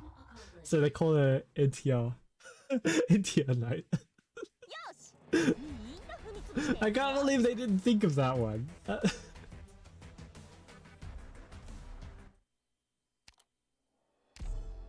It's funny though. It is funny.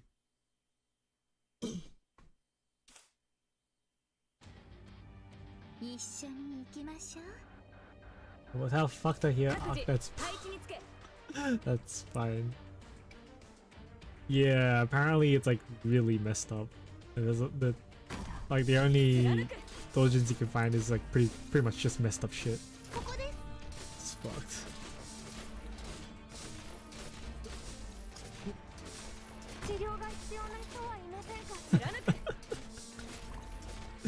Sometimes you gotta do what you gotta do, I guess. God.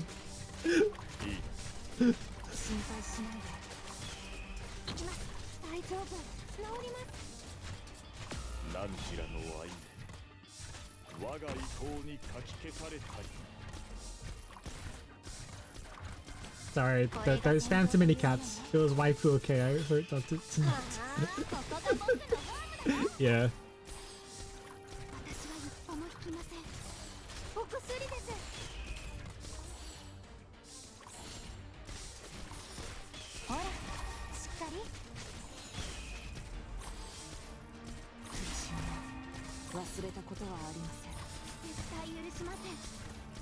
There goes Itan flexing his VIPs.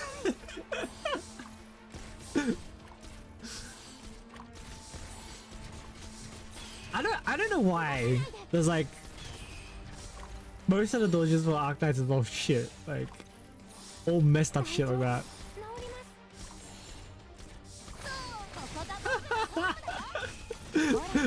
Honestly, you probably could. I'm not gonna tell you to do it. Yeah, but Ling, gonna pull forever. So apparently my account has this weird curse. Alright, continue. Not time out you. Oh, so you tried. Time me out. I'll remove you from an FGO friend list. No Raikou for you. No MP5 Raikou for you. 各人配置につけ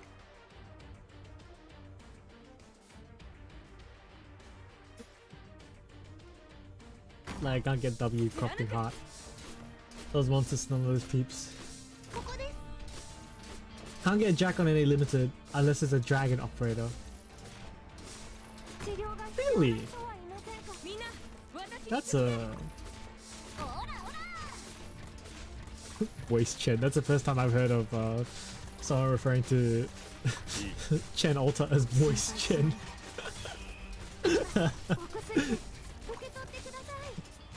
汝は我が追い敵なのか。顔老物に過ぎぬのか。これが戦場というものね Ian doesn't Chen. Alright. ここが僕のホームだよ Yeah, okay. Well, if you can get Ling, then by all means. I think she's cool. Somebody said on a different stream, I thought it was funny, like all things funny, I stole the joke. It is pretty funny, actually. I mean, she's a summoner that summons dragons, and those dragons can freaking fuse. You can use the polymerization. Summon your blue eyes twin dragon. Wait, are the dragons that Link summons actually blue? They are, aren't they? Fuck. They're actually blue. Shit. ここが僕のホームだよほらしっかり Shokan! Blue eyes ultimate dragon! Oh, what did they say it in Japanese? Well, I'm getting all fucking medic chips. Give me defender chips. Jeez. Where are my defender chips at? Fuck. Oh well, okay. That's my sanity out. ドクター元気がいいじゃないか If you want to get technical, it's actually cyan. Technically, sure. フロストリーフ Watch me with the timeline dog that reunites all the 12 dragon siblings. I'm still kind of hyped over that. My theory. Man, can you imagine if my theory is right though? Damn. I hope that it'll be right. I really hope it will be right. That'd be so cool. Alright. I wanna go back to that last scene we had. The one with Priestess. I'm gonna skip through to the scene with Priestess.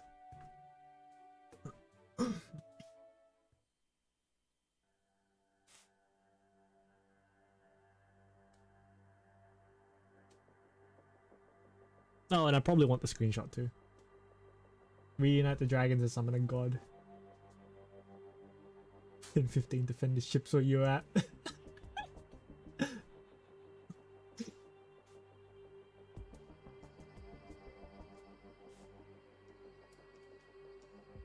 I gotta say though, the story is quite significant, like quite long. It'd be actually kind of cool if you already got something special when they get 12 dragon siblings, so you put them all in a squad together and something happens. Yeah, true. Technically there's 12 operator squads. That's a squad. Yes.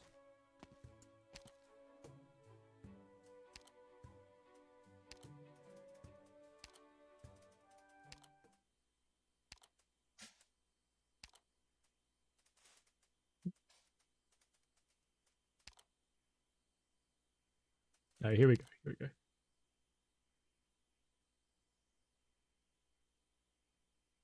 Unless you want to count the 13th slot for support unit. Once you get all 12 Dragon Opsi 7 Kaiba. The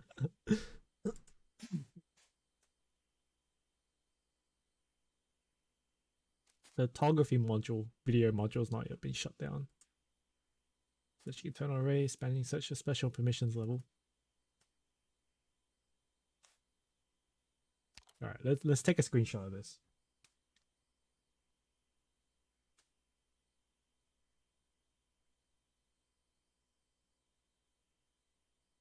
I'm just trying to look at the picture up close. You can see my shiny forehead for all the glory.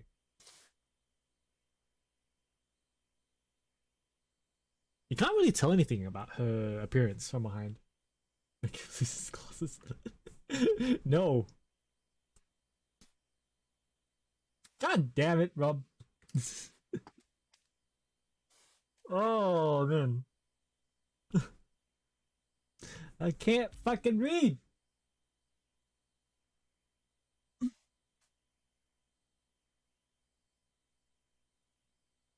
Video is the previously stored. Wait.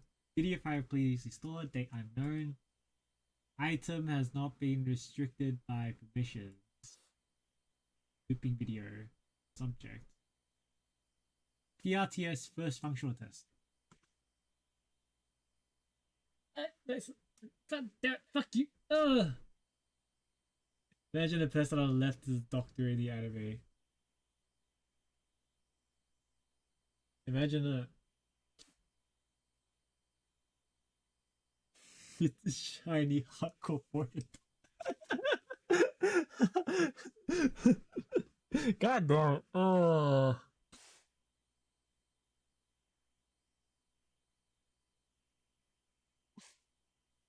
So the scene alludes to, okay, so the Doctor knew Priestess before, and the Doctor had part in making PRTS.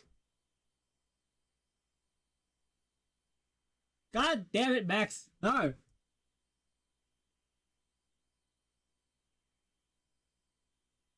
Zip video record alpha.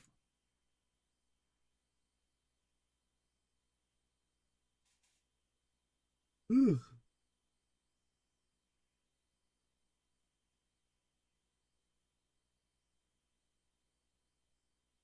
Okay, and that's termination. That's it.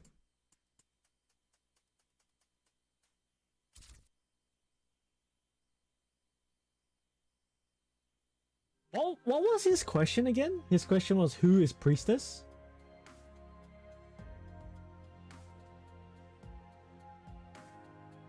And we're only given that screenshot. That doesn't really answer our question. Who is Priestess, right?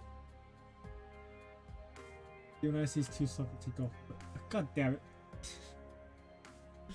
Dude, that's some gore shit right there, man. Don't fuck someone in the eyeballs. What the fuck? You nasty. You nasty.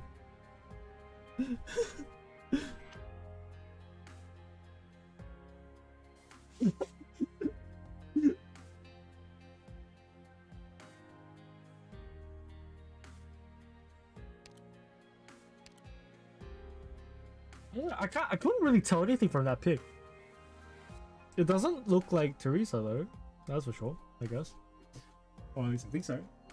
Even I mean somebody sees 7 holes. What the fuck? Okay.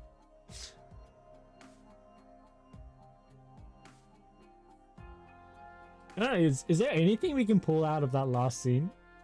Other than what I've already mentioned about the Doctor and maybe, you know, multiple worlds theory. That'd be hella sick. Like the Queen of Degeneracy Naples.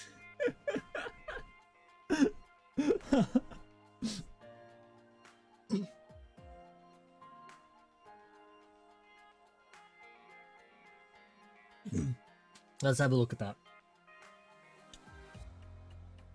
Priestess memory.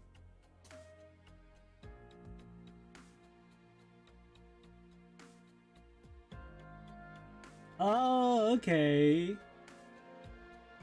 Where did we get that picture from? Ah, so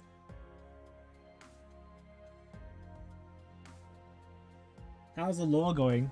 We read the stories. Well, I didn't read the first 2 because I read those 2 in my own time. But I read these 4 on stream.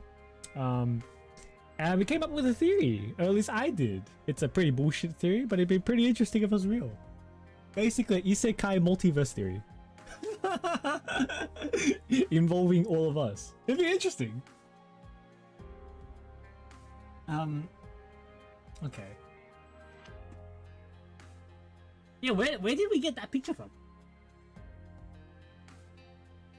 Not much is known about Priestess other than the fact she is responsible for placing Doctor in the sarcophagus. Possibly prior to Kelsey placing them there during the fall of Babel. It is related to them in some way.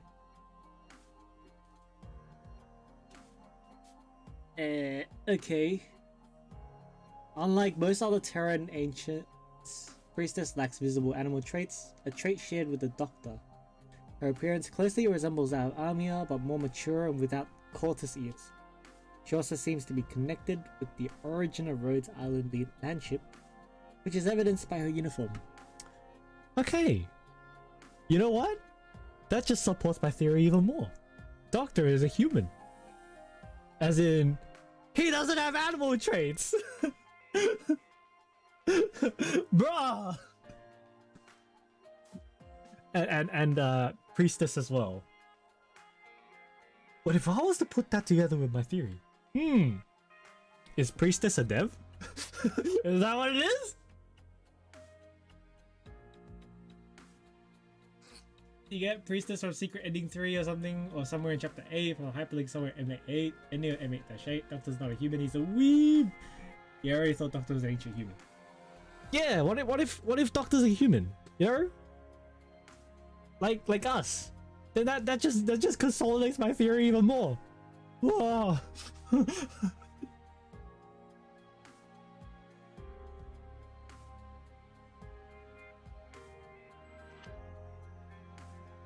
So you're thinking more of something like along the lines of Utah?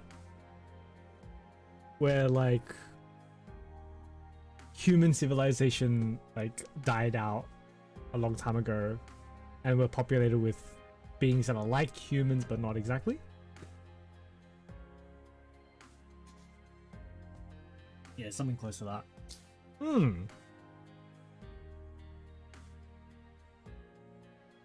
I suppose it's not impossible. Although, could you also say that it could, like maybe the animal characteristics are like a result of mutation, like maybe like because of the disease or something? I mean, I know the disease, like when it causes like crystals to form, right? But how would that even link to like animal traits? It doesn't make sense. I don't know.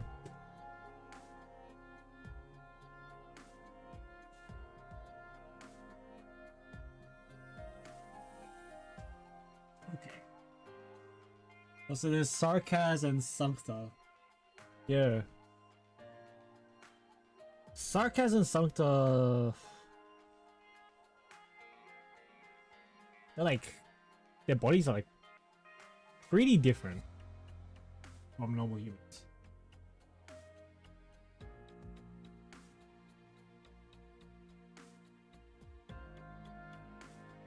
Sometime after pacifying. Wait, what is this? Transform Mephisto in the sarcophagus. The Doctor remembered the time when Priestess asked Kelsey whether she knew her or not. At one point, Doctor asked PRTS whether Rhodes Island's tactical AI knew anything about her. That's the scene we just saw. I cannot answer the question as such information requires a specific clearance level that nobody in RI, including the Doctor, has. After the Doctor left, however, for some unknown reason, PRTS starts up a self-diagnostic process that verifies the special permissions needed to access a video that purportedly shows the Doctor alongside the Priestess labeled as being taken during the AI's very first test run. Following content is speculative and not to be used as lore reference. From PRTS's reaction after the above, it is possible that the AI uses Priestess as a template for its personality. The operation map previews labeled Eyes of Priestess supports this theory.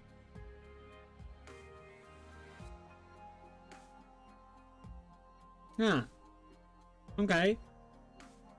I mean, that doesn't seem too far-fetched.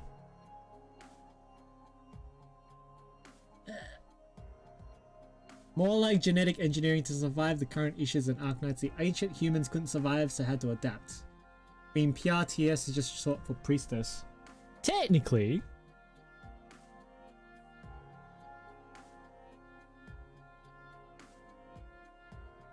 It's short for Primitive Rhodes Island 10 Terminal Service.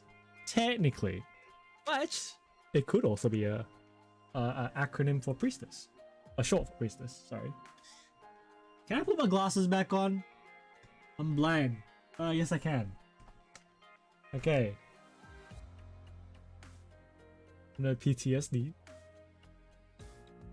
Yeah. Like the ancient humans couldn't survive. But how is the doctor still alive then?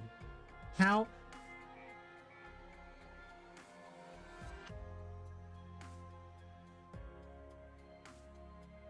Unless it's just because the doctor never got infected, I guess. Because infection, you have to be in close proximity for a long period of time, right? To get infected? Is that it?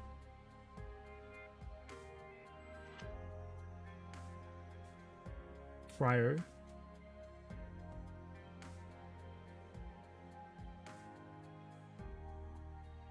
Well, the doctor basically so we basically woke up from cryo almost. We woke up from a thing called a sarcophagus, which was basically a healing pod from Dragon Ball. You can think of it like that. Just let you know from my little discovery today, Retardo is a legit surname. Okay, I feel sorry for whoever has that surname, but you know. The answer is what started this game, the cryo tomb thing. Yeah. So that's how he survived. Okay, how he survived the infection. Wait, did that help him develop an immunity to it? Or has he just never been infected since? I wonder.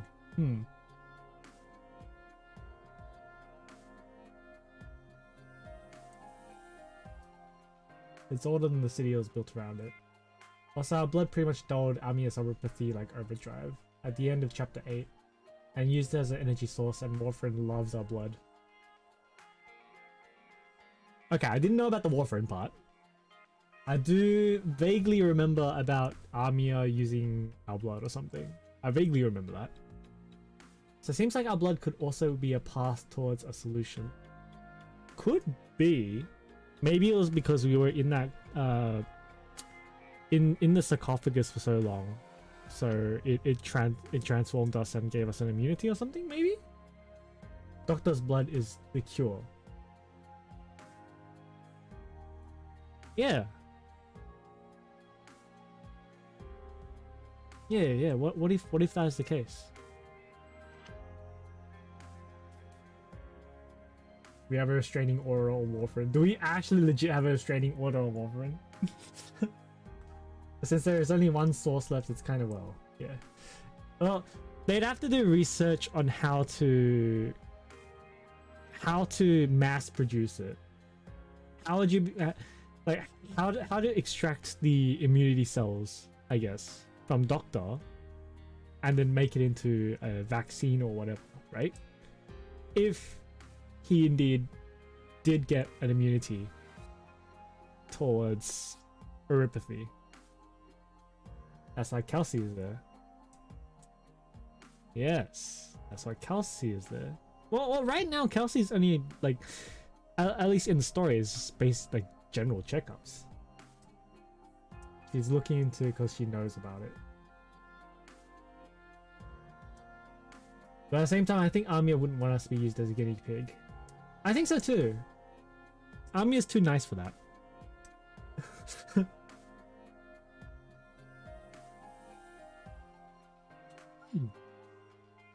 That's how she killed Amiya.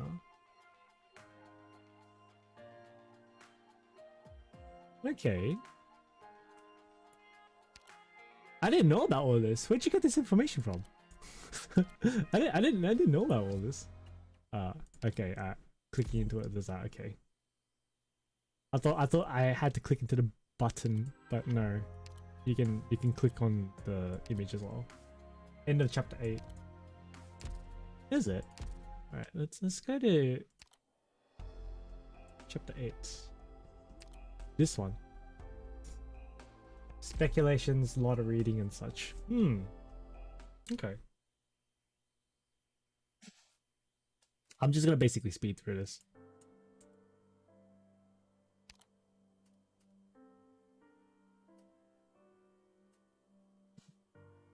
Don't need to get to JT 8-3. I'm too lazy. I don't have enough DPS.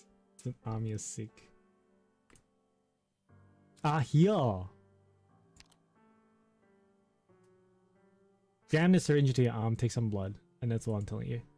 It's for your own good. Okay, no questions. She's right, it doesn't hurt. You don't feel anything. Kelsey places your freshly drawn blood into a device on her waist. Seconds later, she administers a blue solution into Armia's neck. Armia's breathing stabilizes. Ooh. I didn't put this together when I first saw it. Ooh. So alright, okay. The doctor's blood holds the cure.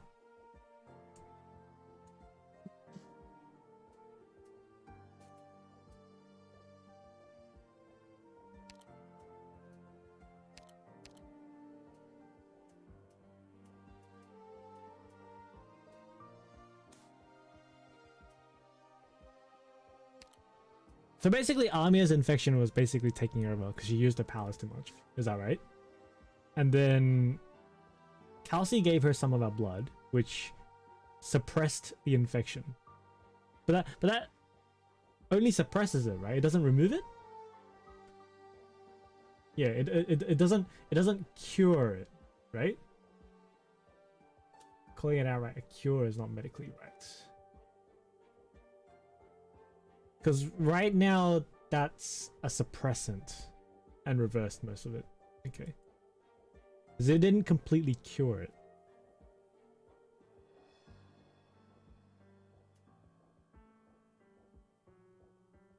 Yeah.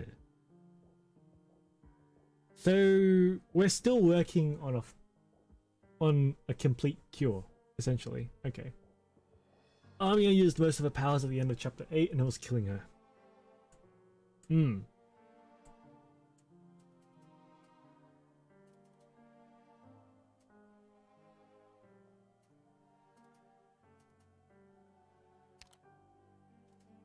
Also, suppressants already exist.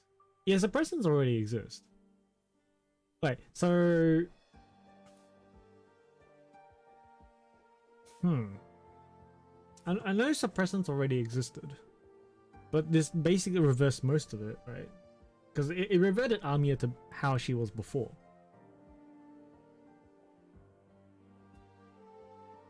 But it wasn't a complete cure.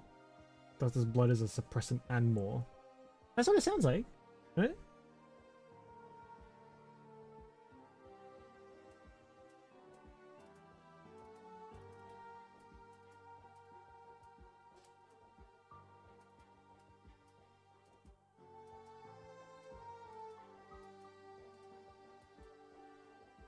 Oh, that's interesting. So, what does that mean for us? It means that we are key to solving the crisis, I guess. That we just said I'm built differently, right?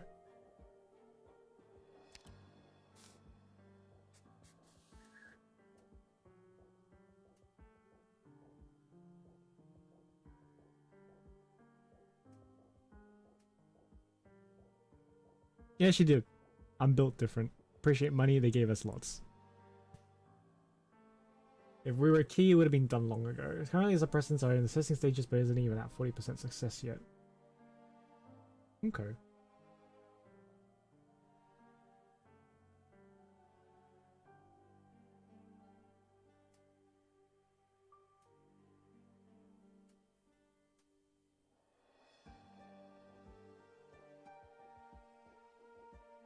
So, okay, so it basically just means that we have something, but it's nothing definitive yet.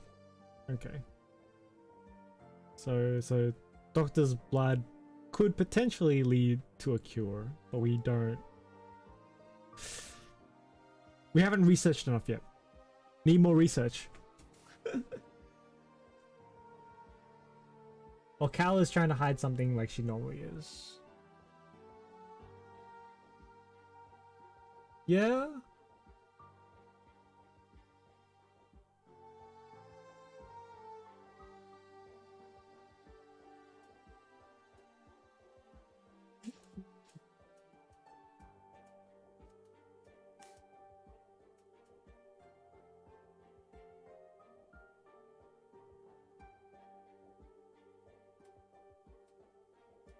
There's Rosmontis.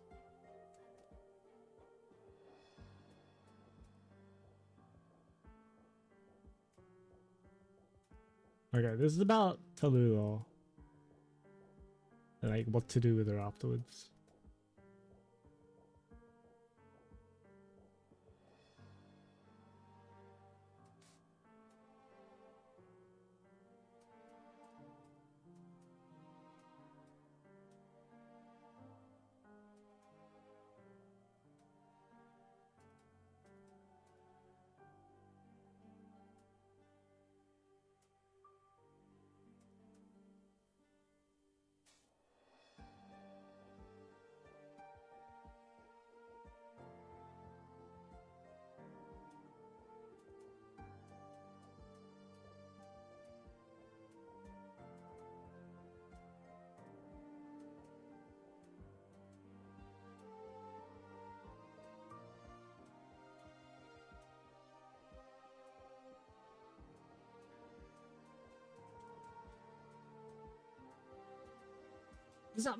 I'm trying to think about it, right?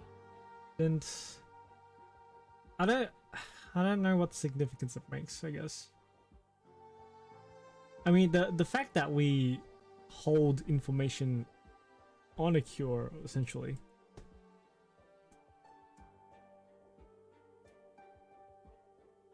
I wonder if Kelsey knew that before we were saved. Can't to read this part on my own because then my brain can actually process what they're saying. For now, JT8-3 is sadness it is. Yeah, definitely give it a read on your own. It's very good. Yeah, I did read it quite a while ago when I went through this chapter on stream.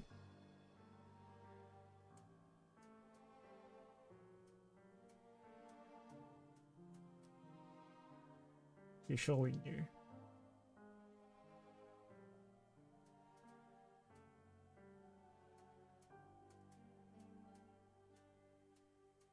But then you'd have to think like, what caused Doctor's blood to have restorative properties? You know? And the only thing I can think of that was the sarcophagus. Because he was in there for at least 2 years, wasn't it? At least a couple of years. He was in that pod for that long. You'd think that would have an effect on your body. 2 or more, yeah.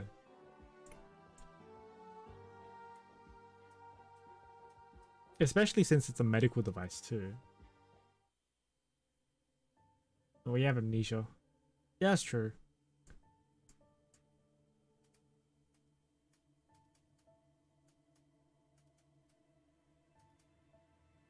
So far, 4 people knew. 1 died by your hands, 1 is MIA. 1 can't remember, 1 hates your guts currently. Ah. If I remember correctly, when Amiya grabbed for our hand and the pic that showed priestess with our arm. The arm with Amiya is significantly yuckier. Get what I mean. Right. Okay. Was that at the start of the game?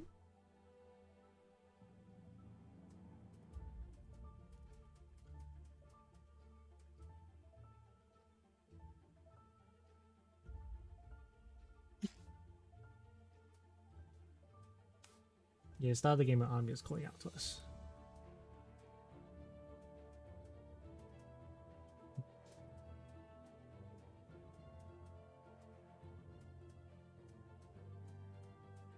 yeah,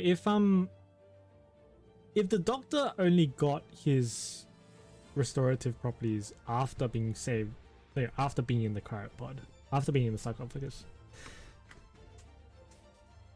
then it wouldn't make sense for Kelsey to know that beforehand, unless she predicted it. 9. Can't stay alive. Can't wait to see her as a limited operator.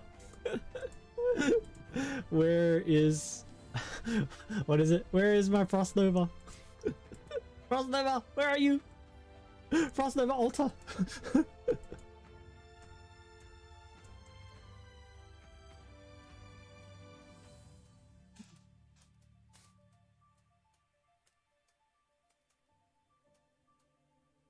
Have white donkey smoke.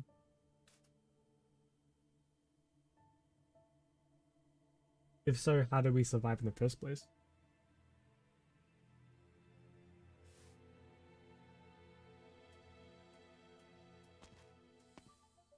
We survived in the sarcophagus because the priestess put us in there. Why did the priestess put us in there? And how did the sarcophagus stay intact the whole time? It died in your arms with a smile. I gotta say, Chen's outfit looks nice. It's like biker Chen. So this is about when Chen leaves Lungmin, I think. It's like her parting with Lungmin.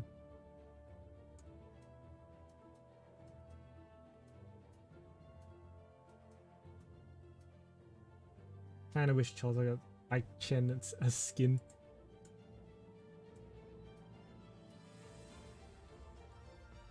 Do you reckon they'll give Alter version skins? Maybe?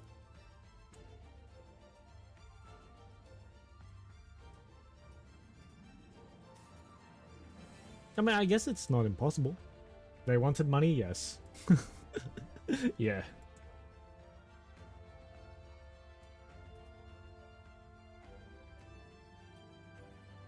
Lava the Paragon skin.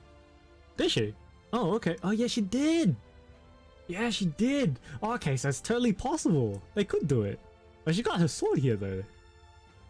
Yeah, apparently she can't use her sword anymore because her sword doesn't approve of her right now.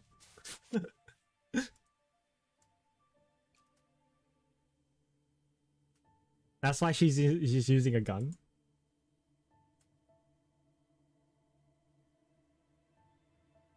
Felt has a sword on her but doesn't use it. Yeah, she can't use it right now, apparently.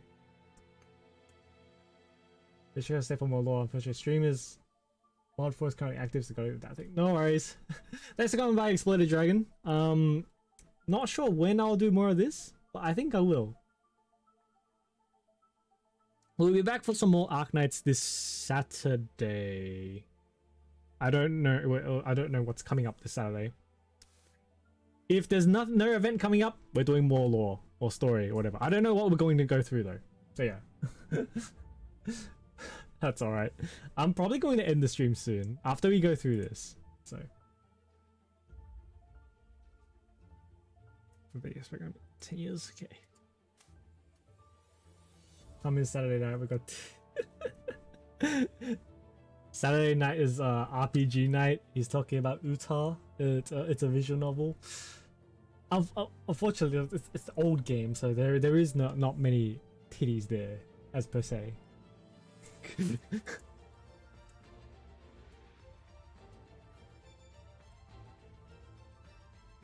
Although there is an adult version of the game, which I'm obviously not playing on stream. Yeah, you have to play that one on your own time if you want, you know, that. So.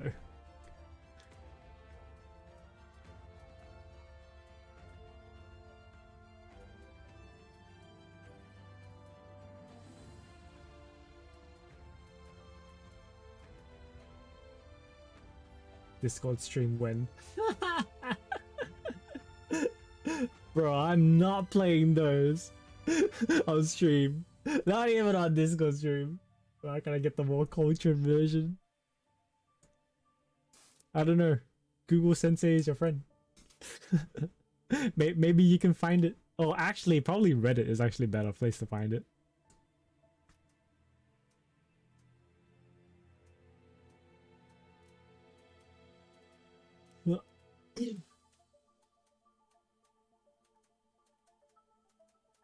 This ending must be like crazy long as shit, so I might be clicking through this quite a bit.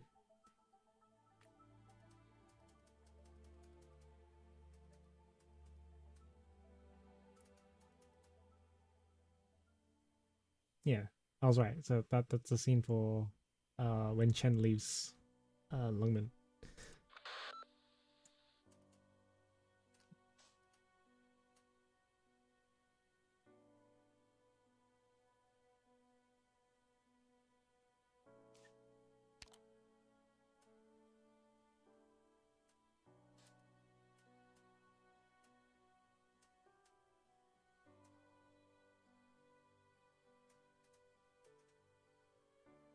Ah, Blaze crying.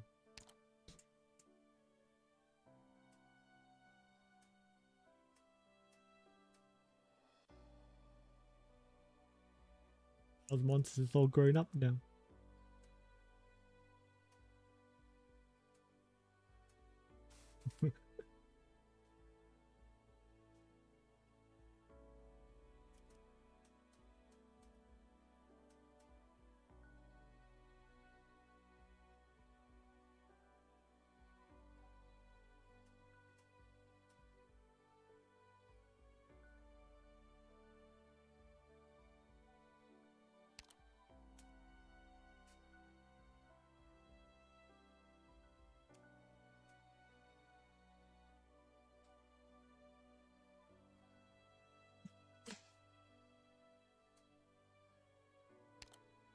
Blaze finally got room to breathe, and she cried at Ace and Scout that Rose monsters being all grown up.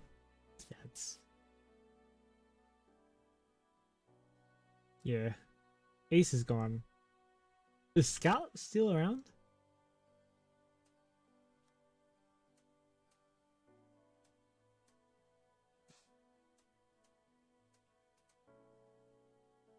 He's dead as well. Damn.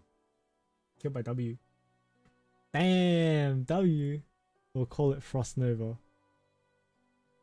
The medicine? So they made a topical medicine, patented in Ursus, and called it Frost Nova.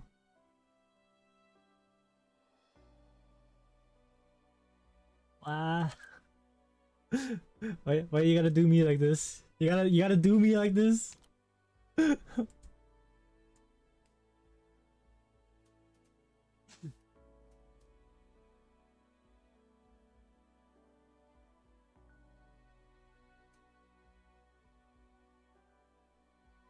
W knew is out class by Scout, scolded him for going easy on her. Damn.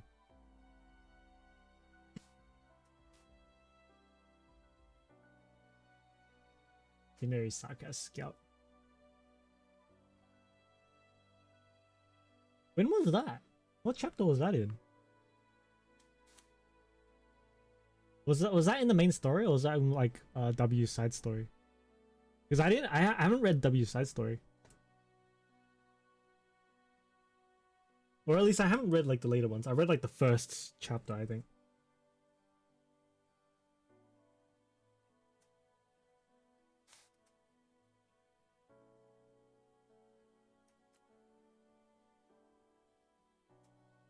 Main story somewhere. Okay.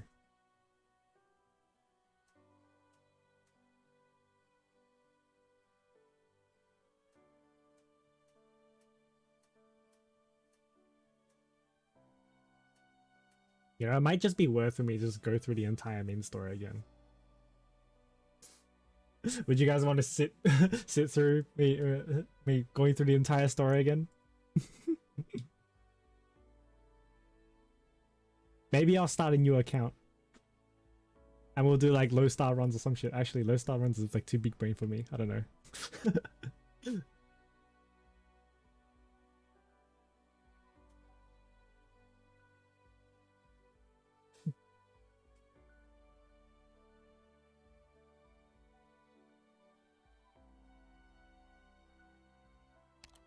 Those star main story is actually easy.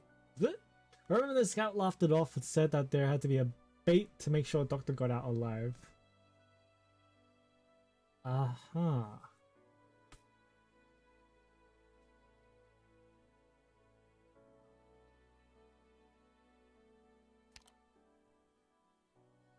Okay, let's pass Frost Nova.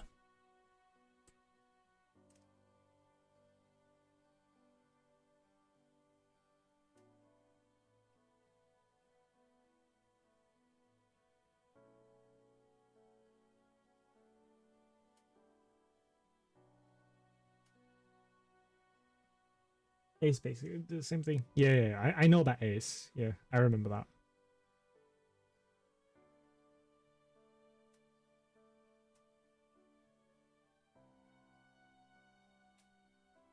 Both knew what had to be done for the mission to be cleared. Scout, villain, tipsy. This is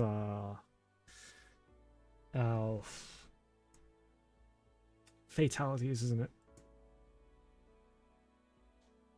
Fleet, Mimi, Leaf, Aslana, Mary. Contact, Butterflower, Aquam, Scorpion. Lost Monster Squad, 1 member. Bluish Silver. Radiant Squad, 1 member. Ikusa. 41 sacrifices in all in the Shunabog incident. I see.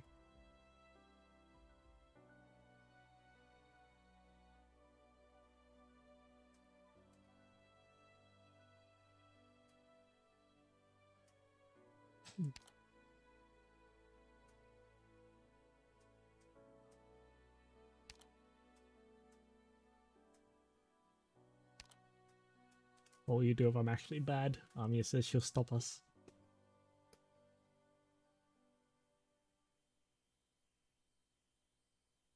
That's chapter 8. Episode 8. Okay.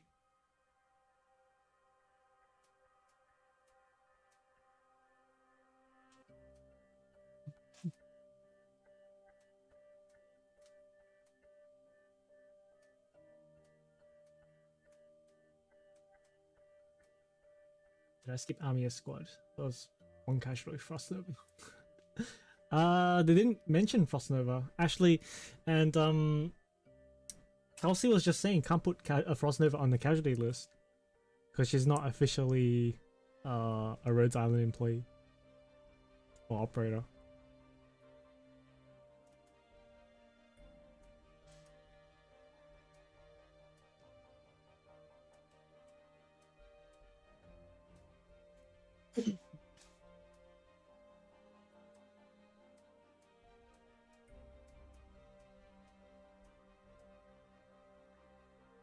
This? He said, what did you have for breakfast and what will you eat for dinner? Okay. Doctor convinced to put her on the list. Did she? Did he? Okay.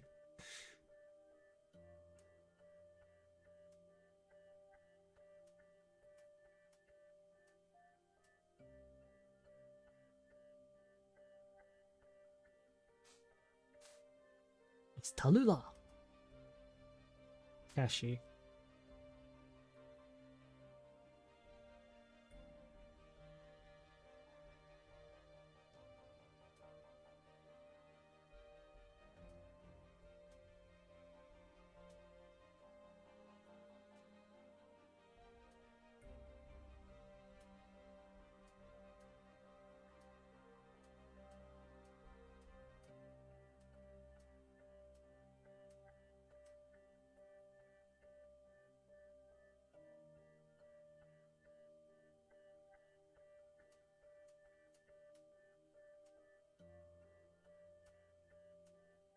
And here's the prelude to the next chapter, isn't it?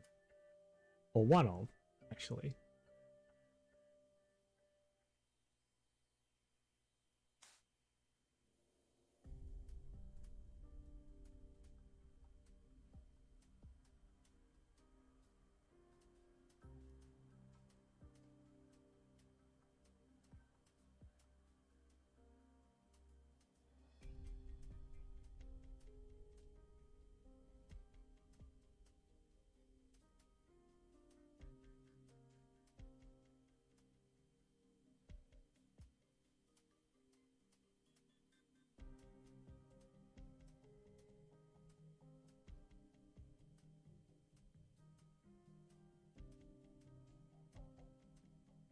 Because I'm not really reading, I'm just kind of skimming it.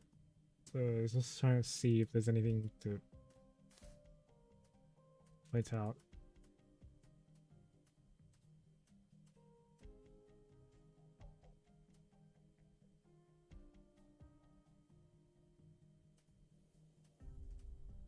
But I don't think there's anything else here. In terms of like talking about the doctor and stuff.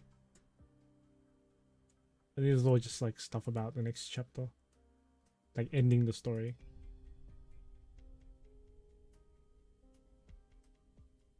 Oh, and Black Snake, yeah. That guy. To be continued. What? It's still going? God damn it!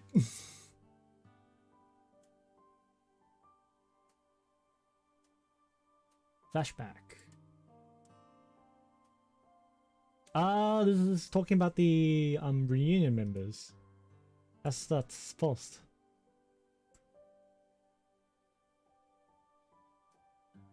Also Mephisto, yeah.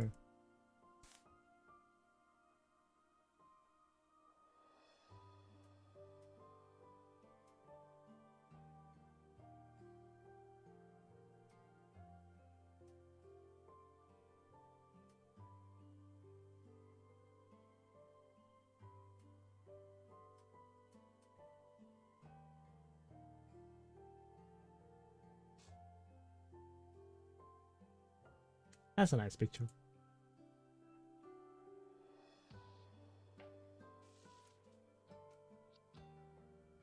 Okay. Right.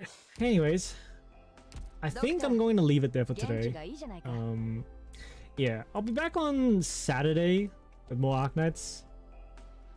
I'm gonna assume that we get CC on Saturday. If we don't, then I don't know, we're just gonna do more lore, I guess. But otherwise, thanks for watching, guys. Thanks anyone who's in the chat. Harry, Dominic, Dragon, you were here before. Epan, of course. Anyone else that happens to be watching? Yeah. And Skag. I'll see you guys later, right? Let's see, is there anyone playing Arknights? Spiffy is playing Arknights right now? I'm going to send you guys his way. His streams are pretty funny, actually. He does like some pretty interesting shit on like YouTube and stuff. So go watch him. Alright, I'll see you guys later.